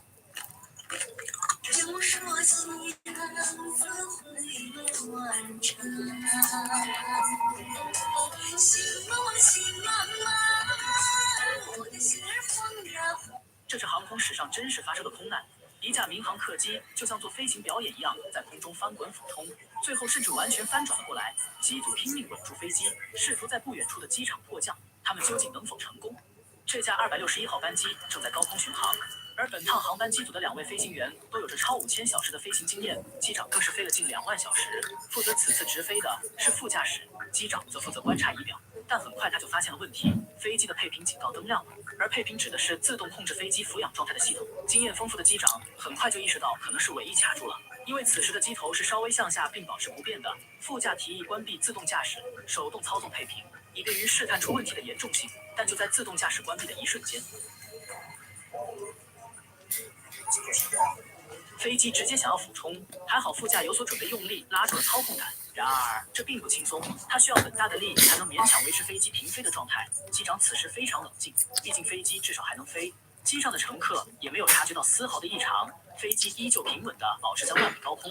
而驾驶舱内，机长翻遍了手册，也没有什么好的解决办法，只是标注说可以尝试按下配平开关，因为开关可以控制尾翼的上升或者下降。当然，这样并不会对损坏有所修复，只能说像我们电脑出现问题时一样，可以试着重新启动，或许一切都会恢复如常，但或许会变得更糟，也不一定。机组将2种可以操控配平的方式都尝试过后，飞机的状况并没有好转，他们只好再次尝试自动驾驶，看可以稳定住飞机。而这次成功了，自动驾驶很稳定地接管了飞机，但机组并不放心，想要尽早迫降到附近的机场，于是他们联系公司的签派说明情况，因为签派就相当于航空公司的运营，而飞机改降其他机场的话，公司会增加很多额外的费用，所以一般情况下是不愿意让飞机改降的。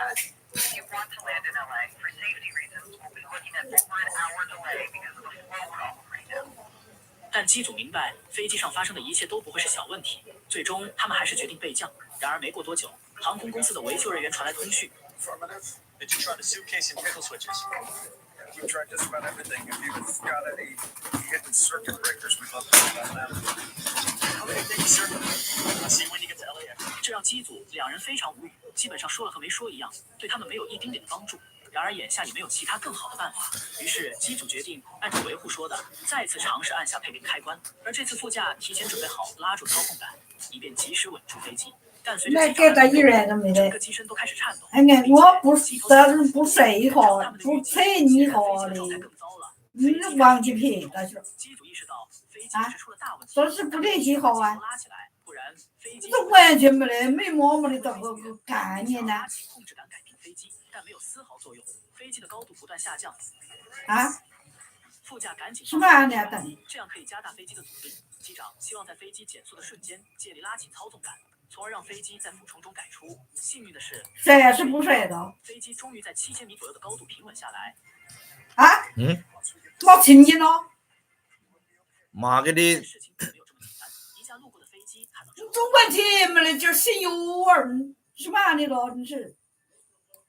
这是航空史上真实发生的空难。什么个原因都是？客机就像做飞行表演一样，在空中翻滚俯冲，啊！最后甚至完全翻转。简直我睡会的。妈联系的哈，妈在你们的回应了啊！你们说嘛？还我不睡的，气死没嘞！啊，平时是忙啊是黑嘛？机长则负责观察仪表，但很快他就发现了问题，飞飞机的配平警告灯亮了，而配平指的是自动控。给现在到个样子，我真正的有货，我是。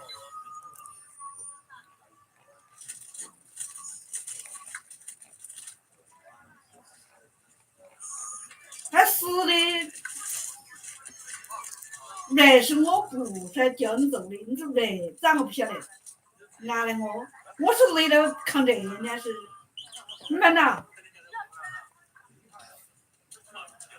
你说到个屋里10年是我的事，就是在我回来做。海鲜拉面要鸡蛋要肠。前面有5锅，可能要到20分钟。你帅是不帅啊？长得嘞？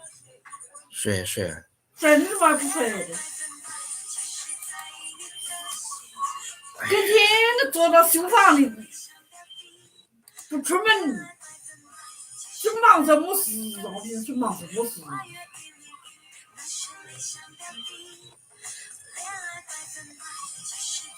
光是交了个席眼，哎，我有到等着。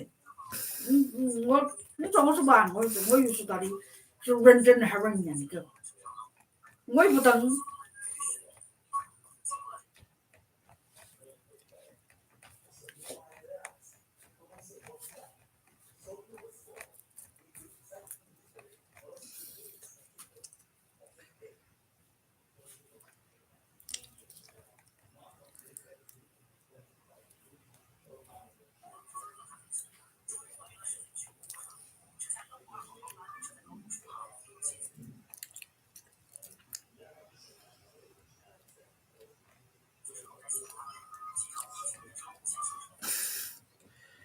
说案子就说案子。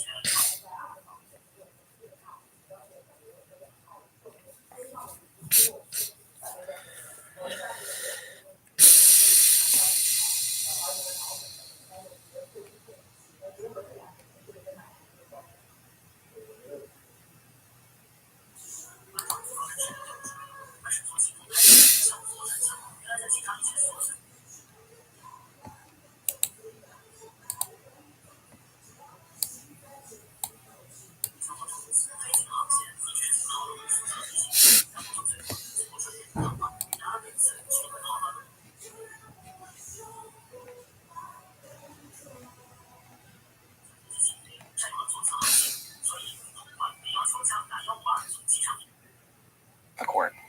And Kate, Justice Clarence Thomas is hospitalized with an infection. We're told that he's now resting comfortably, expected to be home in the next couple of days. Does his being in the hospital right now, does that affect these proceedings at all? I'm sure we'll hear sort of well wishes sent to Justice Thomas for a speedy recovery. I'm not sure it has any sort of substantive impact on these proceedings, but I do think that Justice Thomas being in the hospital, right, we just learned Sunday night that he's been hospitalized since Friday on intravenous antibiotics. The court is comprised of older individuals, and things are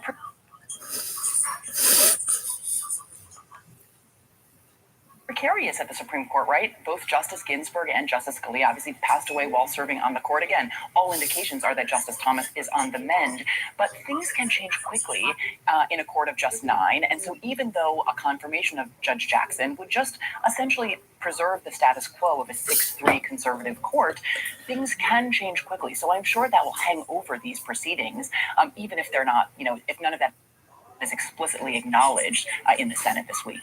And Avery, Republican Senators Susan Collins, Lisa Murkowski, and Lindsey Graham, they all voted to confirm Judge Jackson to the D.C. Circuit Court, but all 3 have been non-committal about supporting her this time around. What does Judge Jackson need to do to win their support or the support of any other Republicans? Well, nothing is guaranteed this time around. This is the nation's highest court, and so the stakes are different. I think that each of those senators you mentioned will have their own reasons about whether they'll support her or not.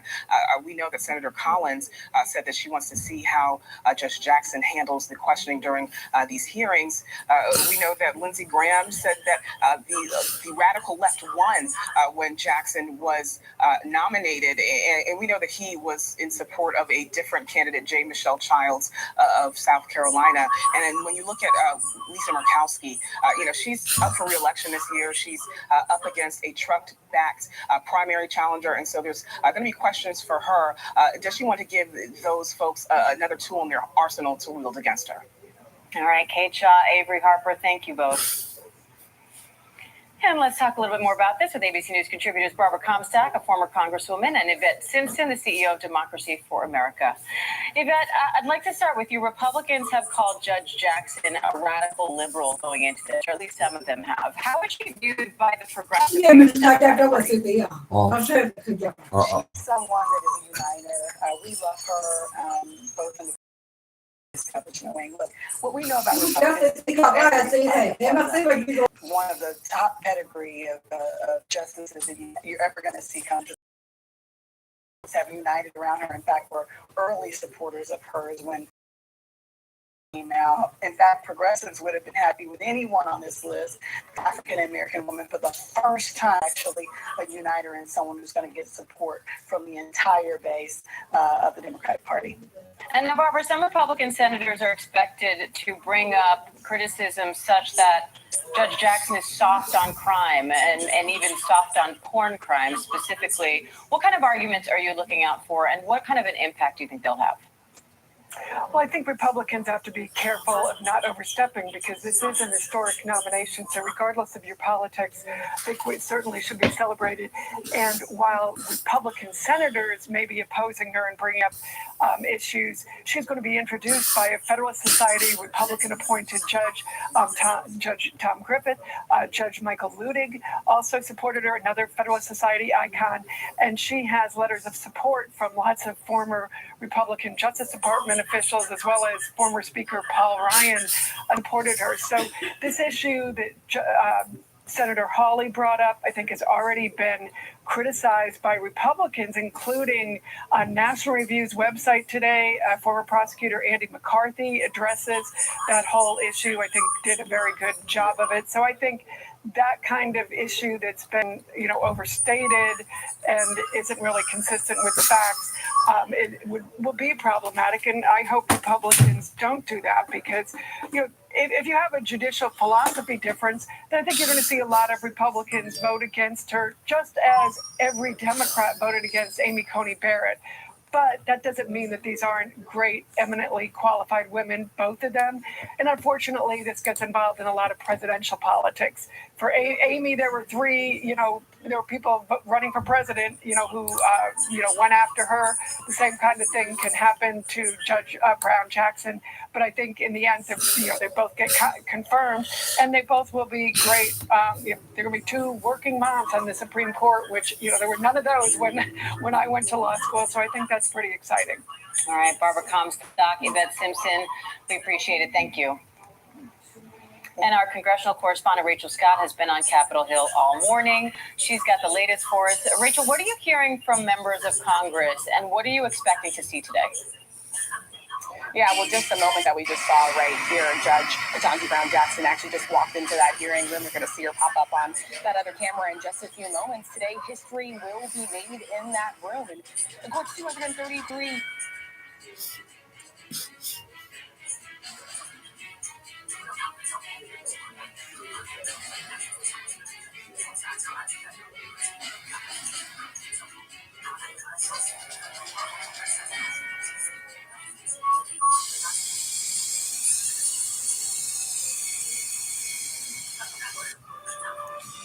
Year of history, there has never been a Black woman nominated to serve on the Supreme Court. Today, we will see opening statements from the 22 members of the Senate Judiciary Committee, but also we will hear from Judge Ketanji Brown Jackson herself. She'll be delivering an opening statement as well. And then Tuesday and Wednesday is when we expect to see those fireworks, the round of questioning. We know that the senators will have tough questions for her on both sides of the aisle. Certainly Republicans already previewing their attacks, calling her soft on crime, attacking her record as a public defender. The White House pushing back on all of those, though, calling it a desperate attack on her record.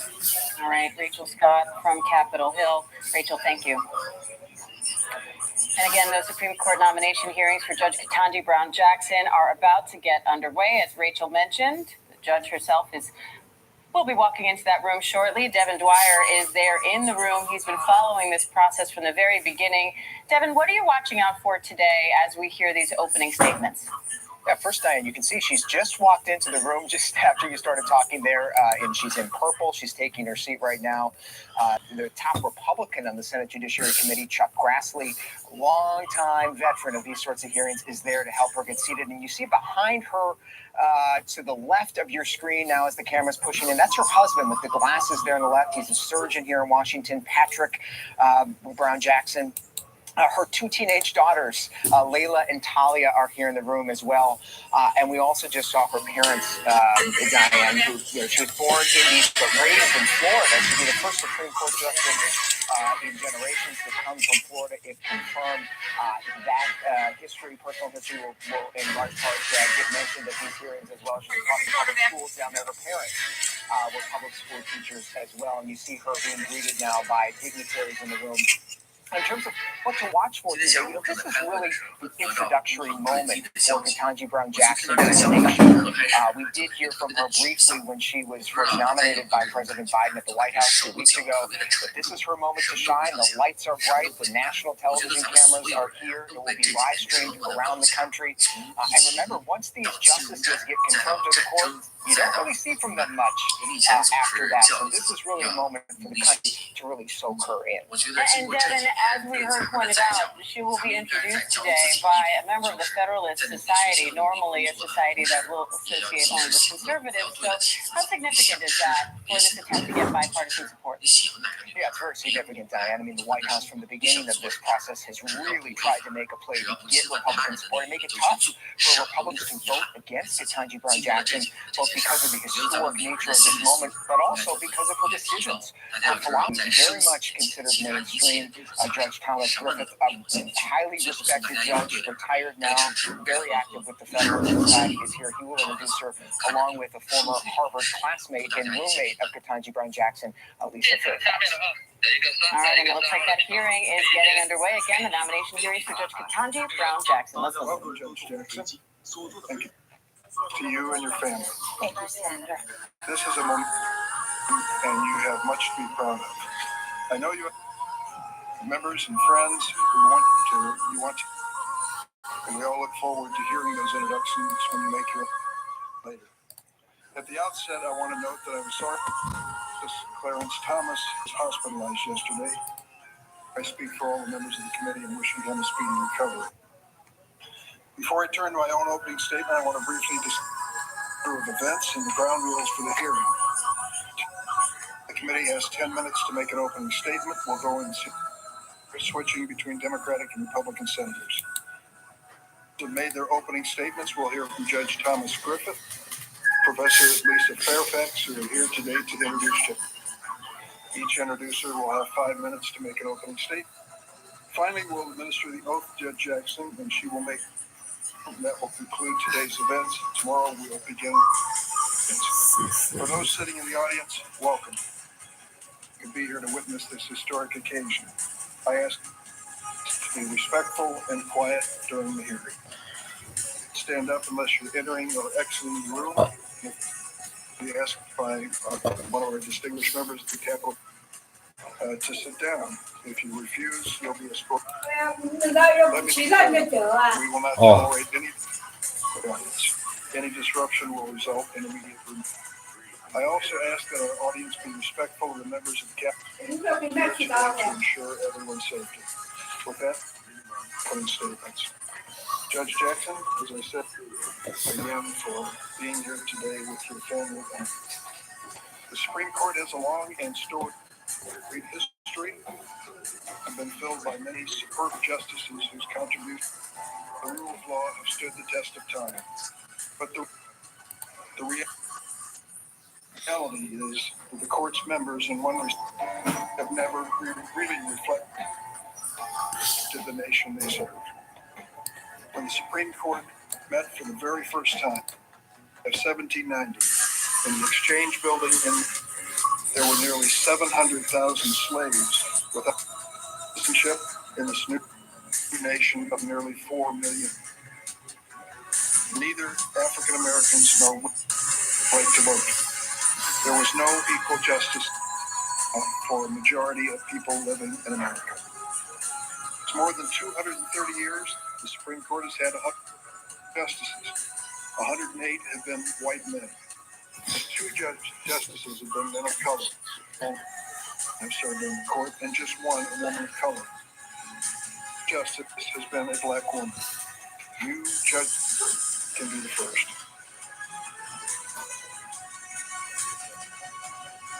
It's not easy to be the first, and you have to be the best. But in some ways, the brain.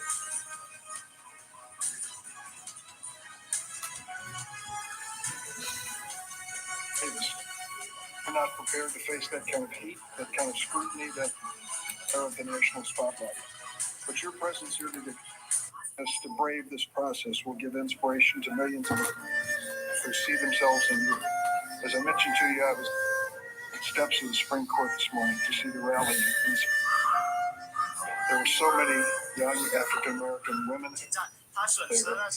广州飞宜昌的航班紧急降落于长沙机场，作为一个刚刚飞行的飞行员， your pursuit 我今天跟大家分析一下目前我们现有的一些资料。 Another important ways, though, that the nominees who come before us, President Biden because he knew your qualifications are outstanding. Many knows you. You've appeared 3 previous times and confirmed with bipartisan support. And your professional experience, tell us what kind of lawyer, what kind of person you really are. The guiding found in your life and in your work. That the Constitution for Americans, not just the wealthy and powerful, the judge favoritism, and that the judiciary must live up based above the interests, equal justice under. So today is a proud day for America. And we know. And what you learn in this course is not only the basics, but it's also from a complete beginner to being able to release your applications in Judge and to launch from Play Store. And we're going to be using a blend of different tools and software, Firebase for the back end, which also show all about using Figma as graphic designer to create our icons and screenshots, even loading screens. So there's lots to be learned, and I'll take you through those steps. And I don't know something about what the working course is, so I'll explain everything. But I also make those from absolute beginner to be able to actually release your applications, which is the same interface as institutional store.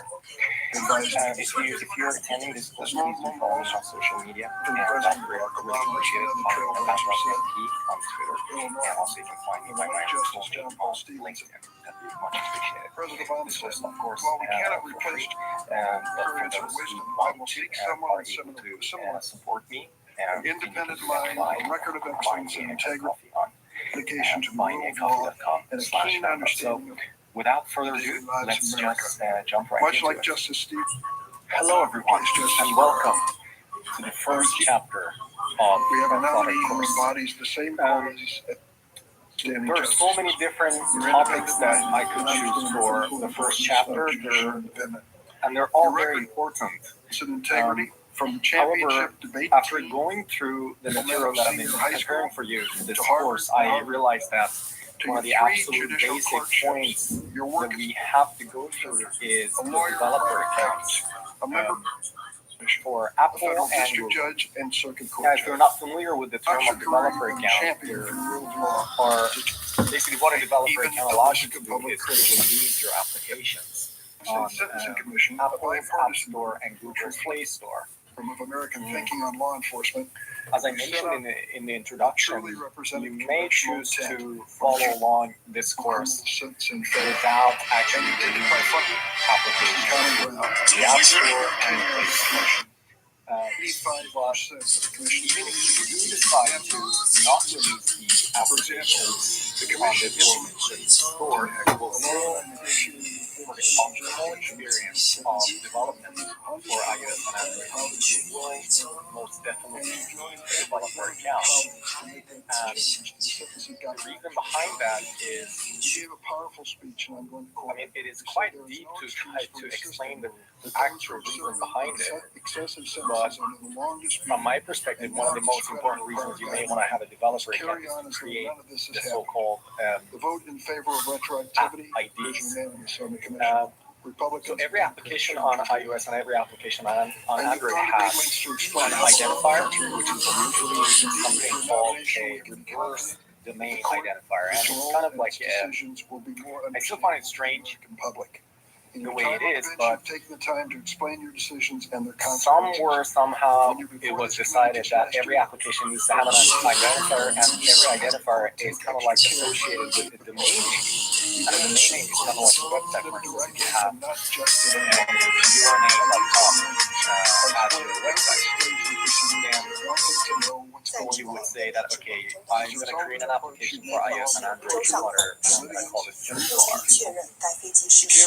Then you somehow decided that your application identifier was in that case And I'm fully confident you'll turn it if you reverse it, then it would literally be your domain in reverse because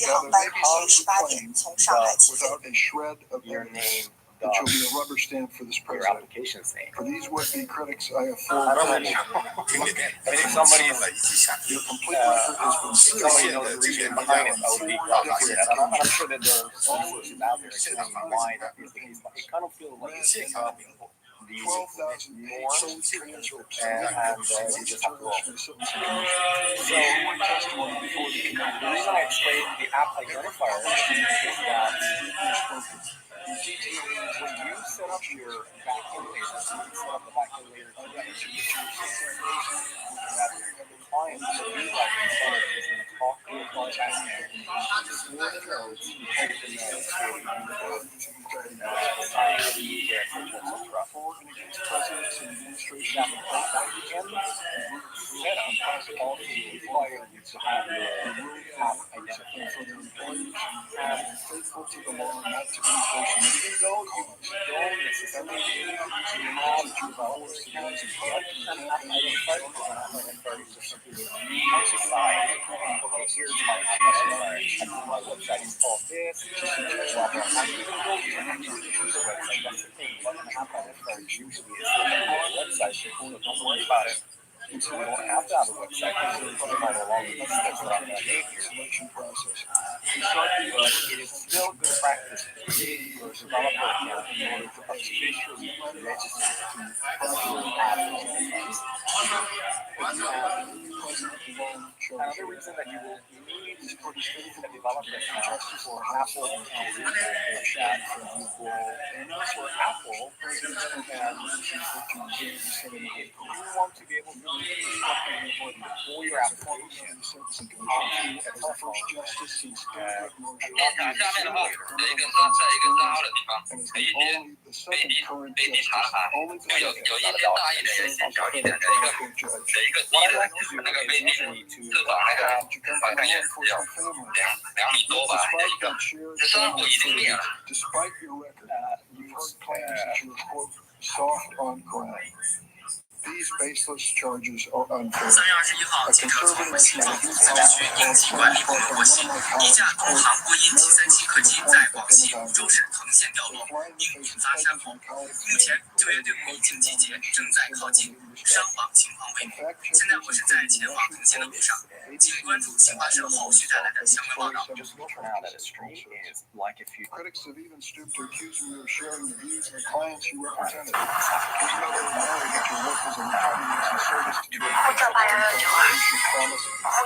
接着往前看，前起落架，由驾驶舱的前轮转向后面，能转向90度。在飞机头内部有3个组件，一个是天气雷达，用于识别前方的天气状况。下面白色的金属杆为航向到天线，在能见度低的天气下降落，它能让飞机保持在中心线上。红色的组件为下滑到天线，有了它，飞机能在零能见度下安全降落。在飞机顶部有几个像鲨鱼鳍的东西，前面这个是高频天线，能在高频段发射和接受信号。中部则是 ADF 天线 ，ADF 表示自动侧向，能自动计算飞机与电台的相对方向。尾部则是 L 天线，紧急定位发射器。如果飞机遇到紧急情况，这些设备就会在相应的频段内发送求救信号。A380的发动机在超过75000匹马力下，每台能提供40.5吨的推力，总推力可以达到165吨。发动机的风扇以3000转每分的速度运行，比音速快5倍，飞机也就要消耗更多的燃料，每小时约为2.9万美刀，所以飞机票一般都很贵。另外，发动机的风扇是钛合金构成，每秒至少能吸入1.25吨空气。最后提问，你知道为啥飞机大多数是白色的吗？接着往前看，前起落架，由驾驶舱的前轮转向控制，能转向90度。在飞机头内部有3个组件，一个是天气雷达，用于识别前方的天气状况。下面白色的金属杆为航向到天线，在能见度低的天气下降落，它能让飞机保持在中心线上。红色的组件为下滑到天线，有了它，飞机能在零能见度下安全降落。在飞机顶部有几个像鲨鱼鳍的东西，前面这个是高频天线，能在高频段发射和接收信号。中部则是 ADF 天线 ，ADF 表示自动侧向，能自动计算飞机与电台的相对方向。尾部则是 L 天线，紧急定位发射器。如果飞机遇到紧急情况，这些设备就会在相应的频段内发送求救信号。A380的发动机在超过75000匹马力下，每台能提供40.5吨的推力，总推力可以达到165吨。发动机的风扇以3000转每分的速度运行，比音速快5倍，飞机也就要消耗更多的燃料，每小时约为2.9万美刀，所以飞机票一般都很贵。另外，发动机的风扇是钛合金构成，每秒至少能吸入1.25吨空气。最后提问：你知道为啥飞机大多数是白色的吗？接着往前看。We won't try to turn these into process foul. 飞机的坠毁真的是太震惊也太可惜了。我想和大家分享一下7大飞行的安全守则，你下次在坐飞机的时候一定要记得。第一，你在安排飞机航班的时候呢，首先要注意尽量选择直飞航班，因为大部分的事故其实都是发生在起飞、下降、爬升或者是跑道滑行的时候，所以减少转机也就能大幅度的避免意外的发生。第二呢，就是尽量选择躺飞。你在订航班的时候呢，都是看得到机型的。专业人士指出呢，飞机的体积越大，受到的国际安全检测标准越多越严。换句话说大飞机的安全指数相对较高。第三在飞机上您尽量要随时的系紧安全带，尤其是在飞机遭遇到乱流或者是翻覆的时候系安全带可以给乘客多一层的保护，不至于在机舱内四处碰撞或者撞上天花板。第四随身携带的行李一定要放在行李架上。我之前坐飞机的时候很多的时候我看到乘客怕麻烦，不愿意把自己的行李放在行李架上，放在脚下或者座位旁边。当飞机遇到乱流或者意外的时候，这些行李都有可能变成伤害乘客的抛掷物，甚至阻碍逃生。第五，起飞最初的前3分钟和降落时的8分钟被业界称为魔鬼11分钟。在这11分钟当中，大家一定要保持清醒。每当进入这11分钟客舱的乘务员都会提醒乘客调整座椅、收好脚手板、打开遮雨板，这些都是为了万一出现突发情况，能够第一时间做出逃生的反应。咱们一定得照着做。第六，帮助别人前，先请自己戴好氧气面罩。飞机上紧急降落的时候的氧气面罩一定要用力拉下，才能够吸到氧气。我们在万米高空无氧的状态下，你们只有10秒左右的清醒时间，所以一定要利用好这10秒时间戴好氧气罩。7呢是飞行安全专家提醒，记住各种的不同机型的逃生的位置非常重要。所以呢，乘客登机之后呢，应该花几分钟听清楚空服人员的介绍，祝大家出行都能平平安安。飞机的坠毁真的是太震惊也太可惜。In other words, those who subscribe to this philosophy think that the founders really 不过为了掩饰身 Now, what we need to do is to have a look in here and see what else we have to change our main functionality. can always find out that What we have at the moment is we have, of course, we have this functionality here to create off block for our main function. But we're not actually really using that inside here. We're using the future filter. well-credentialed. So what we need to do is instead of the future filter, let's use our 包括进入 professionally, diverse geographically, diverse religiously, and diverse ethnically. Was it racist or anti-women for them to do so? I don't believe that it was. Democrats did it because the nominees didn't agree with living constitutionalism, just as Republicans have opposed nominees based upon judicial philosophy. So that's an argument. Let's do that. I'm going to bring up power sources here. In the Senate, Let's see. we spend a lot of time writing legislation. We argue over the language. We negotiate over how broad or narrow certain provisions of laws should be.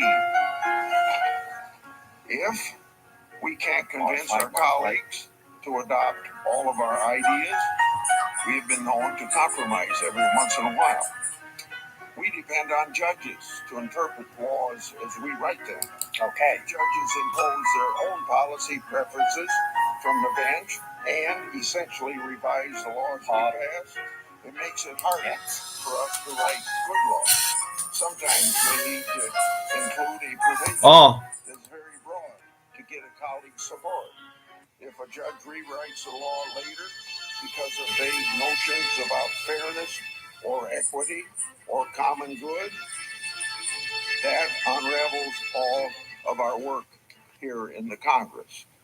More importantly, the American people should be able to read a law and know what it means. They shouldn't have to ask how a federal judge who disagrees with the law could reinterpret the words on that page.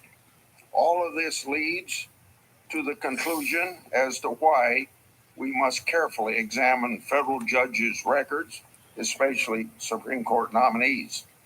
Judge Jackson has served as an assistant public defender, worked in private practice, and served on the United States Sentencing Commission. She also served as a federal district court judge from 2013 to 2021. She served on the D.C. Circuit since June last year. I'm sure senators will have a few questions for Judge Jackson about the two opinions she's authored since joining the D.C. Circuit. As for her district court record, there have been some accusations that we cherry pick some of Judge Jackson's criminal cases. Well, don't worry. We're going to talk about other cases as well.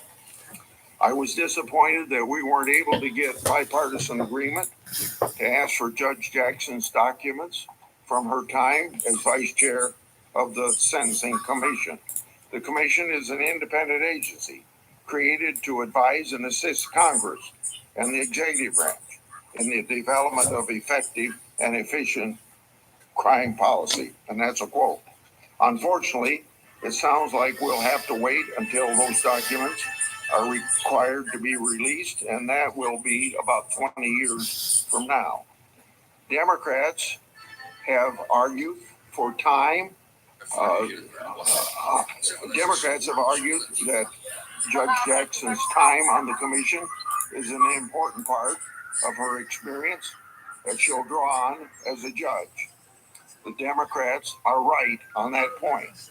That's why it would have been good to see what her views were as the head of the commission.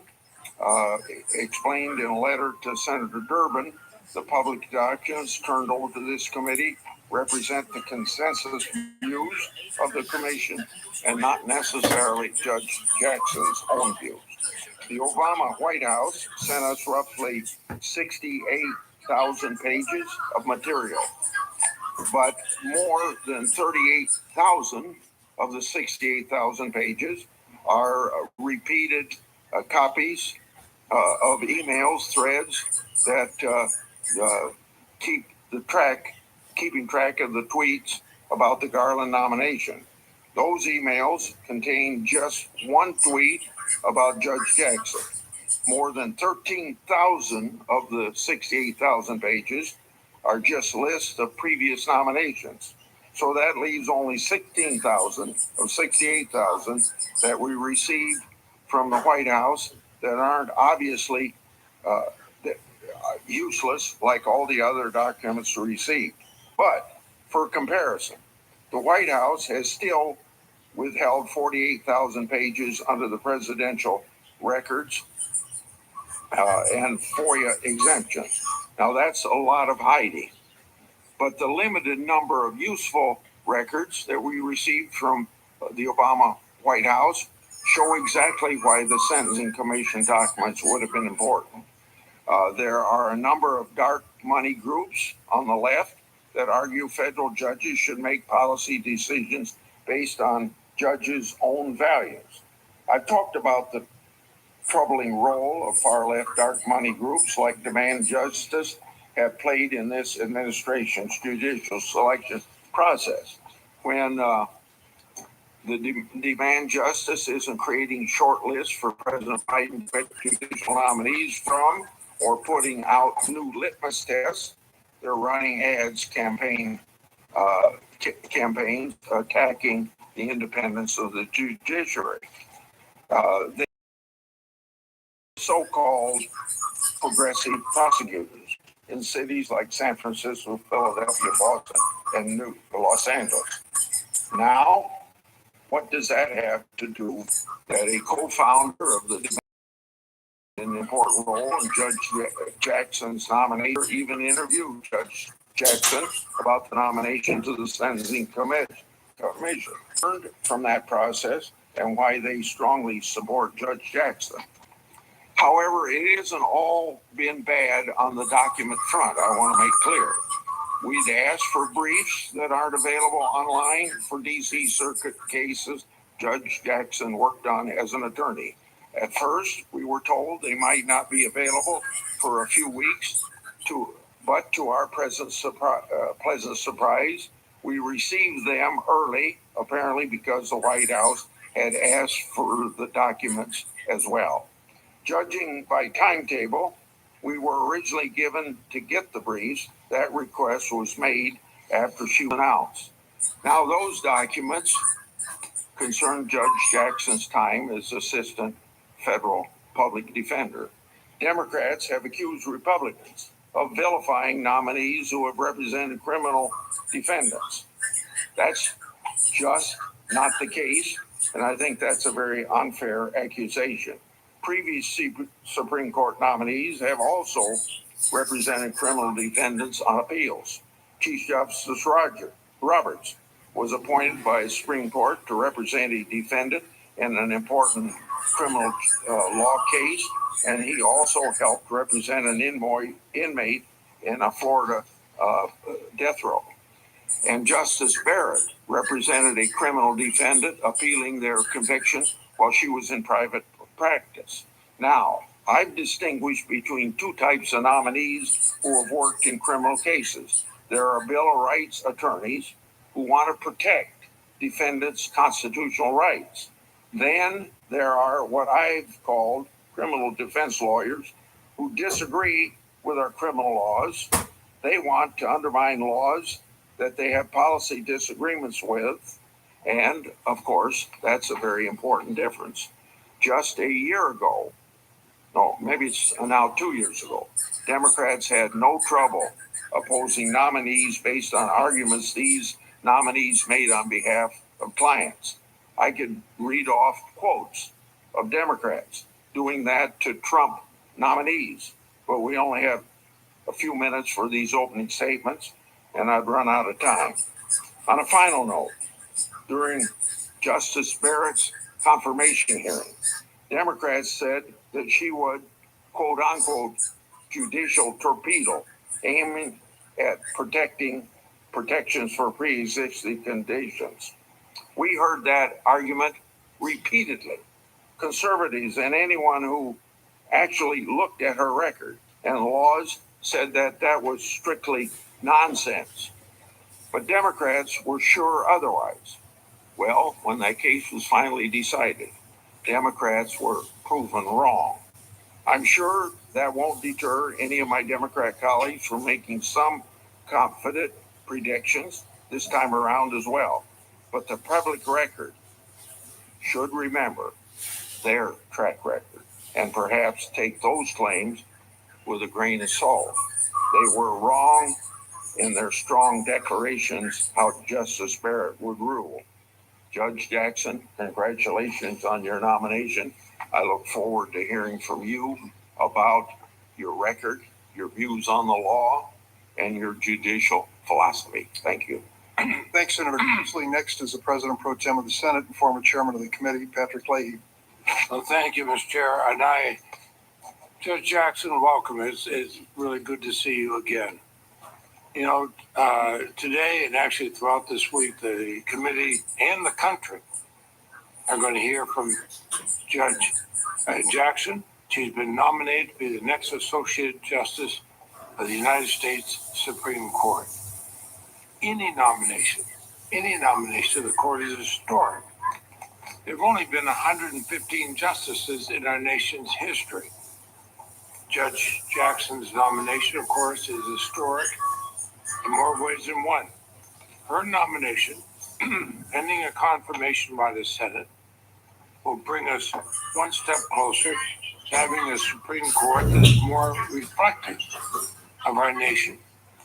One where diversity of race and gender, background, education, and experience allow all Americans to look to their court and see in its justices a reflection of the American people.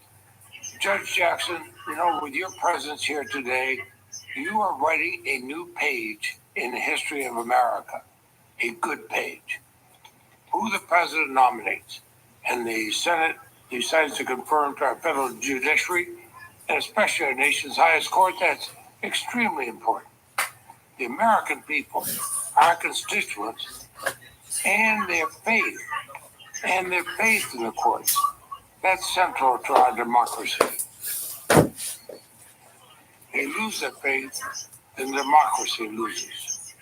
The decisions made in our courts and ultimately in the Supreme Court affect the daily lives of each one of us. Fundamental questions about, for example, access to health care, the integrity of our elections, the fairness of our criminal justice system, the preservation of bedrock environmental laws, protections for workers. These issues and many more are routinely decided by the court. Every American must believe that the court is going to be impartial. They must believe that our courts are not a mere political arm of the executive or the Congress, but faithful only to the rule of law. The stakes in democracy are simply too high. Let's make a few things clear. Judge Jackson is no judicial activist. She is not a puppet of the so-called radical left. She's been praised by Republican-appointed judges for her jurisprudence. Lawyers from the right and the left who have appeared before her in court have called her judicious and even-handed. Before I was in the Senate, I tried a lot of cases in trial court and then courts of appeal. That's what I wanted, somebody who was judicious and even-handed. I didn't care what their politics were. Judge Jackson is not anti-law enforcement. She hails from a law enforcement family. She's also won the support of preeminent national law enforcement organizations, including the National Fraternal Order of Police. And no, she's not soft on crime. Her background as a federal public defender would bring an informed perspective of our criminal justice system to the Supreme Court. I'm proud of being a former prosecutor, but confidence in my prosecution of a case was strongest when I knew the defendant had the best possible representation. When both sides and the presiding judge have a real grasp of our criminal justice system, that's when justice is most likely to be done. So I would say that Judge Jackson's background is not a liability to the court. It's a much needed asset to the court.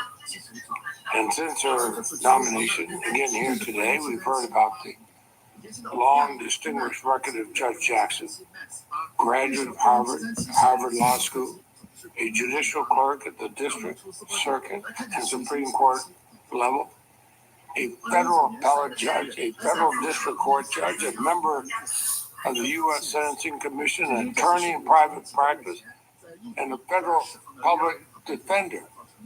What a resume. All these experiences and perspectives have provided her a mastery of our justice system. And I'd say in particular the criminal justice system. If she is confirmed, she would become the first ever justice to have served as a federal public defender. That's an important experience given how much the court shapes our criminal justice system. I say that from my experience as a senator, but also my experience for nearly a decade as a prosecutor. And perhaps most of all, it is Judge Jackson's nearly 10 years as an appellate and trial judge that underscore the experience she brings to the Supreme Court. She was confirmed unanimously by the Senate in 2013 to the D.C. Circuit Court. She served with distinction for 8 years. She issued more than 500 opinions. She presided over a dozen trials. And a bipartisan majority of the Senate confirmed her to the D.C. Circuit Court of Appeals last year. Let's be honest, she's a fair and impartial jurist with a fidelity to the law above all else. That's what Americans want to see in the Supreme Court justice. Years of so-called judicial wars have left Americans feeling like our courts become increasingly partisan. The extreme interests of pressure groups on both sides of the political spectrum have left the American people wondering if they can get a fair shake in our courts. And yet, in this moment, we have before us a unique opportunity to change that narrative. I'm under no illusion that we can mend this process overnight. But we have before us a nominee who's brought us together across party lines before. And one I hope we can bring us back together again. The Senate can change course, return to how we fairly and objectively evaluate nominees. We can do that with a highly qualified nominee we have in Judge Jackson. Now, as Chair Durbin said, I'm the President pro tempore of the Senate. I'm a former chairman of this committee. I've participated in 20 prior Supreme Court nomination processes, mostly into confirmation, a small handful not. As the first justice on this voted on this from your state, Senator Durbin, John Paul Stevens. I've supported nominees from both Democratic and Republican presidents. And in Judge Jackson, I found a distinguished nominee with an unassailable record that merits our respect regardless of party.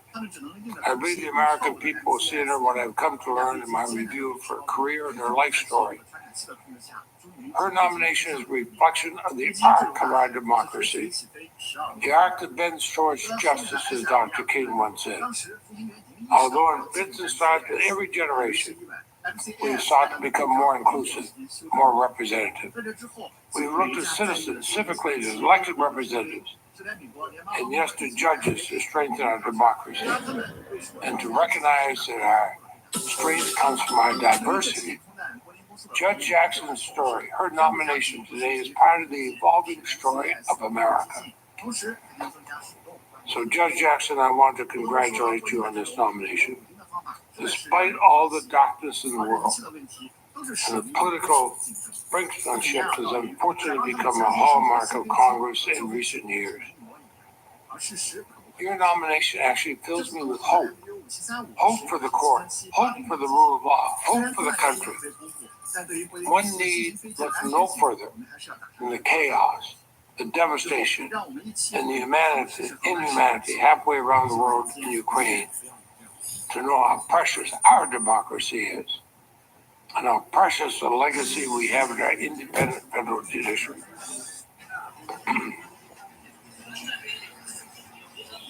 I need look no further than my own grandchildren, all of them, to know how necessary our fight for freedom, fairness, and equality is.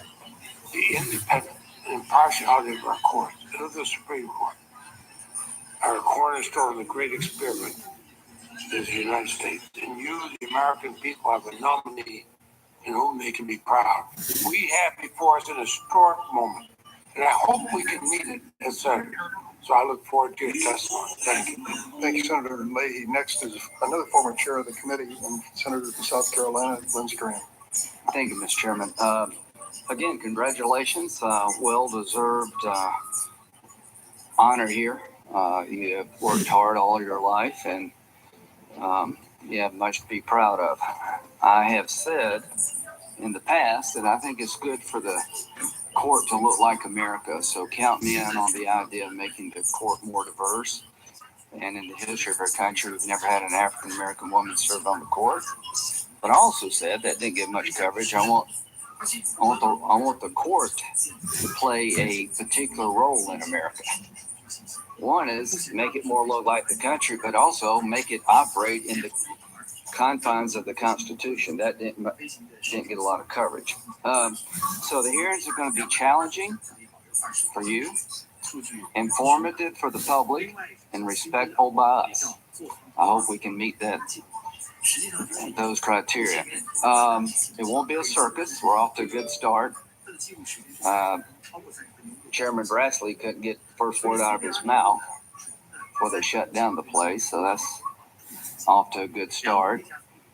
Most of us couldn't go back to our offices during Kavanaugh without getting spit on. Hope that doesn't happen to y'all. I don't think it will. As to the historic nature of your appointment, I understand. But when I get lectured about this from my Democratic colleagues, I remember Janice Rogers Brown, an African American woman, that was filibustered by the same people praising you. I remember Miguel Estrada, one of the finest people I ever met, completely wiped out.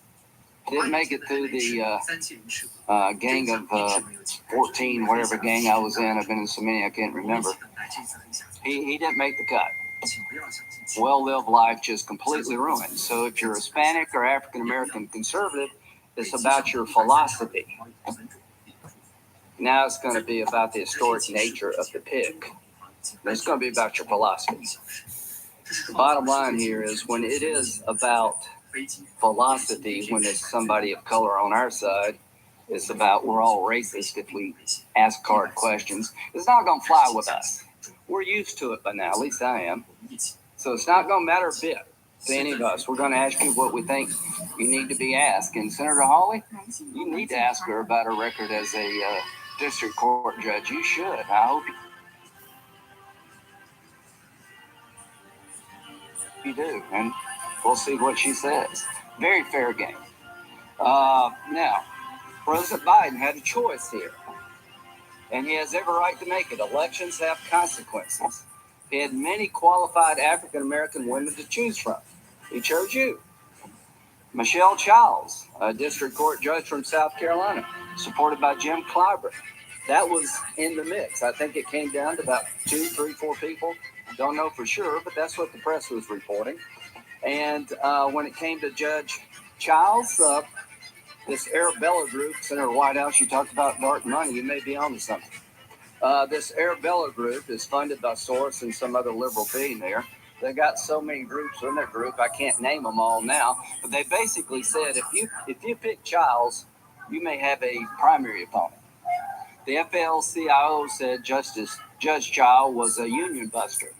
The attacks from the left against Judge Childs was really pretty vicious, to be honest with you.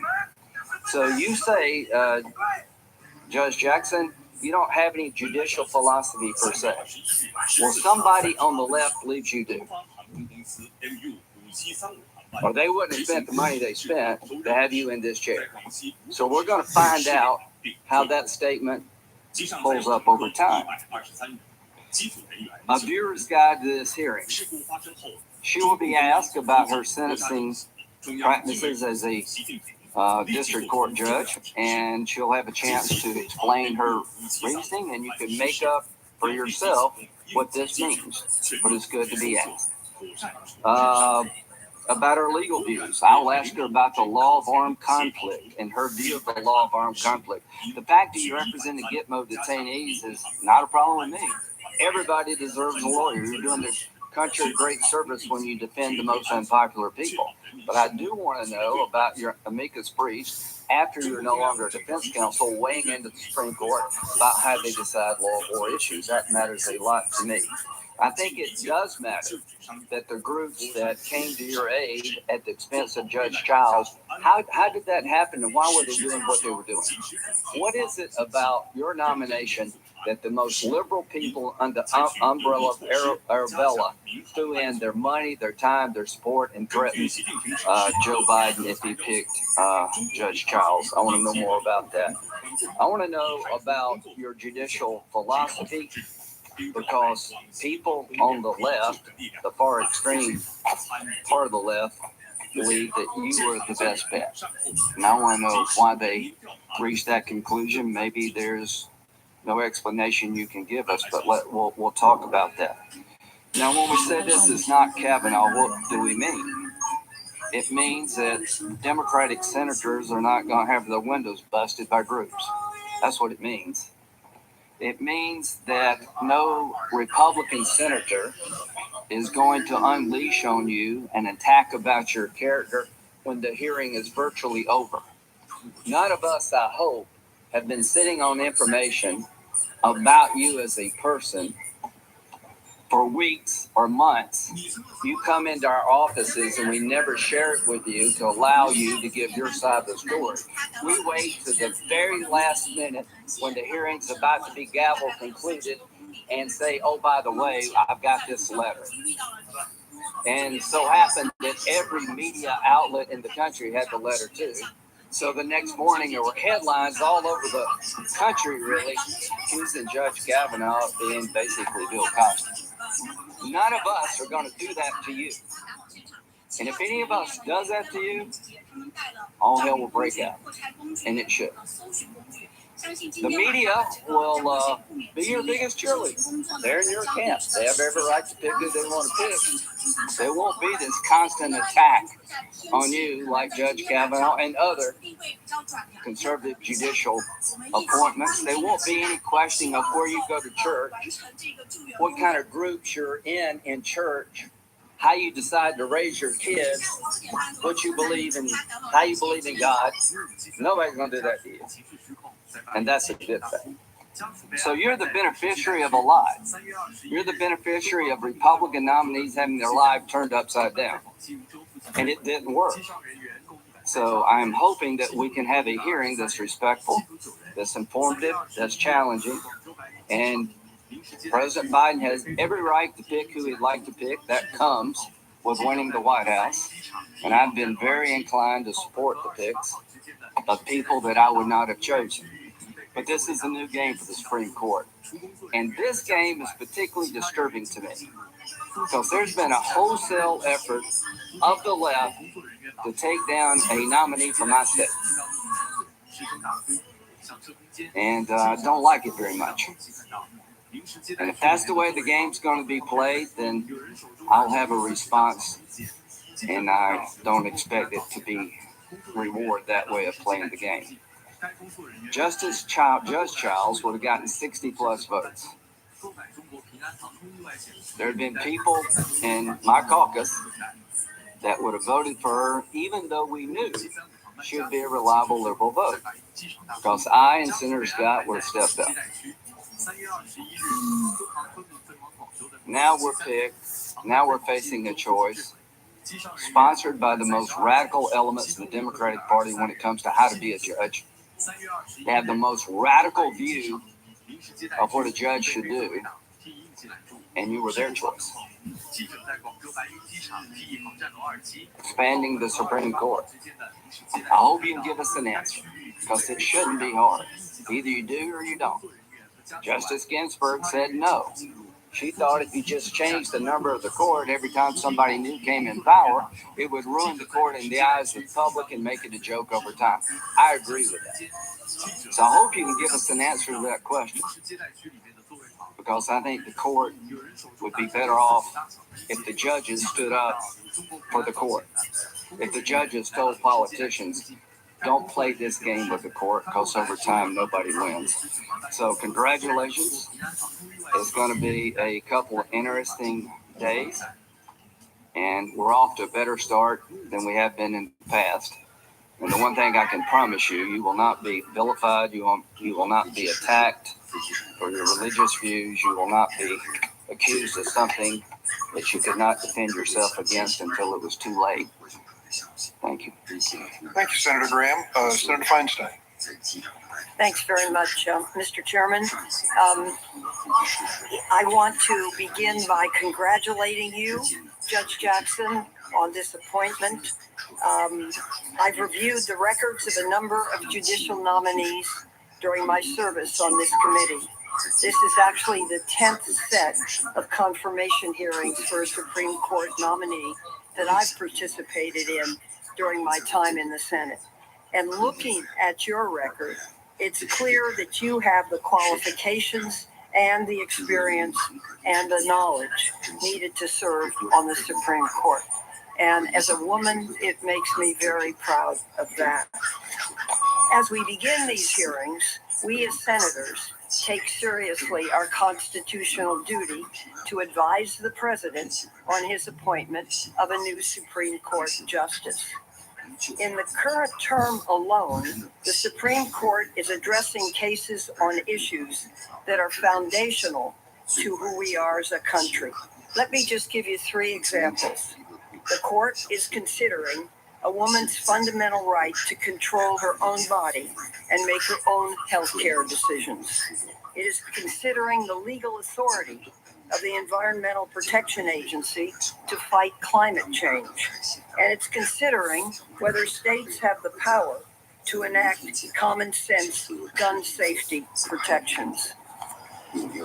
As a former mayor, I saw how these problems affect people, everyday people on everyday streets throughout my city and then subsequently the state of California. This is not your first time at this. In fact, it's your fourth time in front of this committee.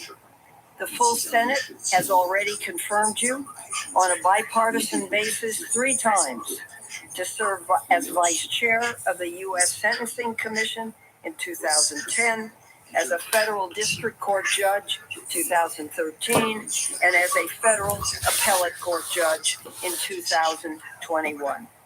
And you have done us proud.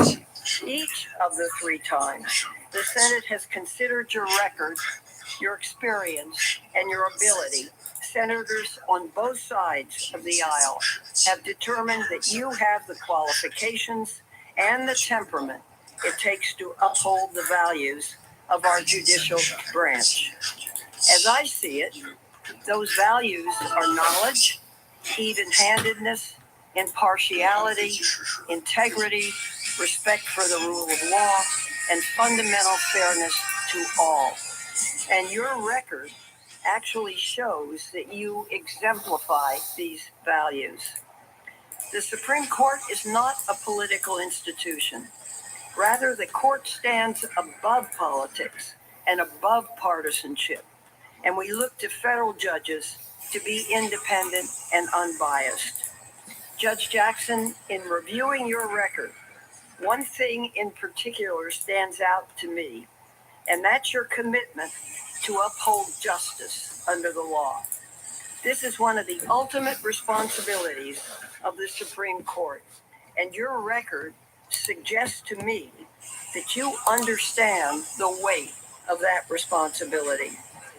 You've had several mentors early in your career who I understand were important in instilling these values in you as a young lawyer. One of those mentors were Justice Stephen Breyer, who you served as a law clerk and to whose seat on the Supreme Court you have now been nominated. What a treat for you.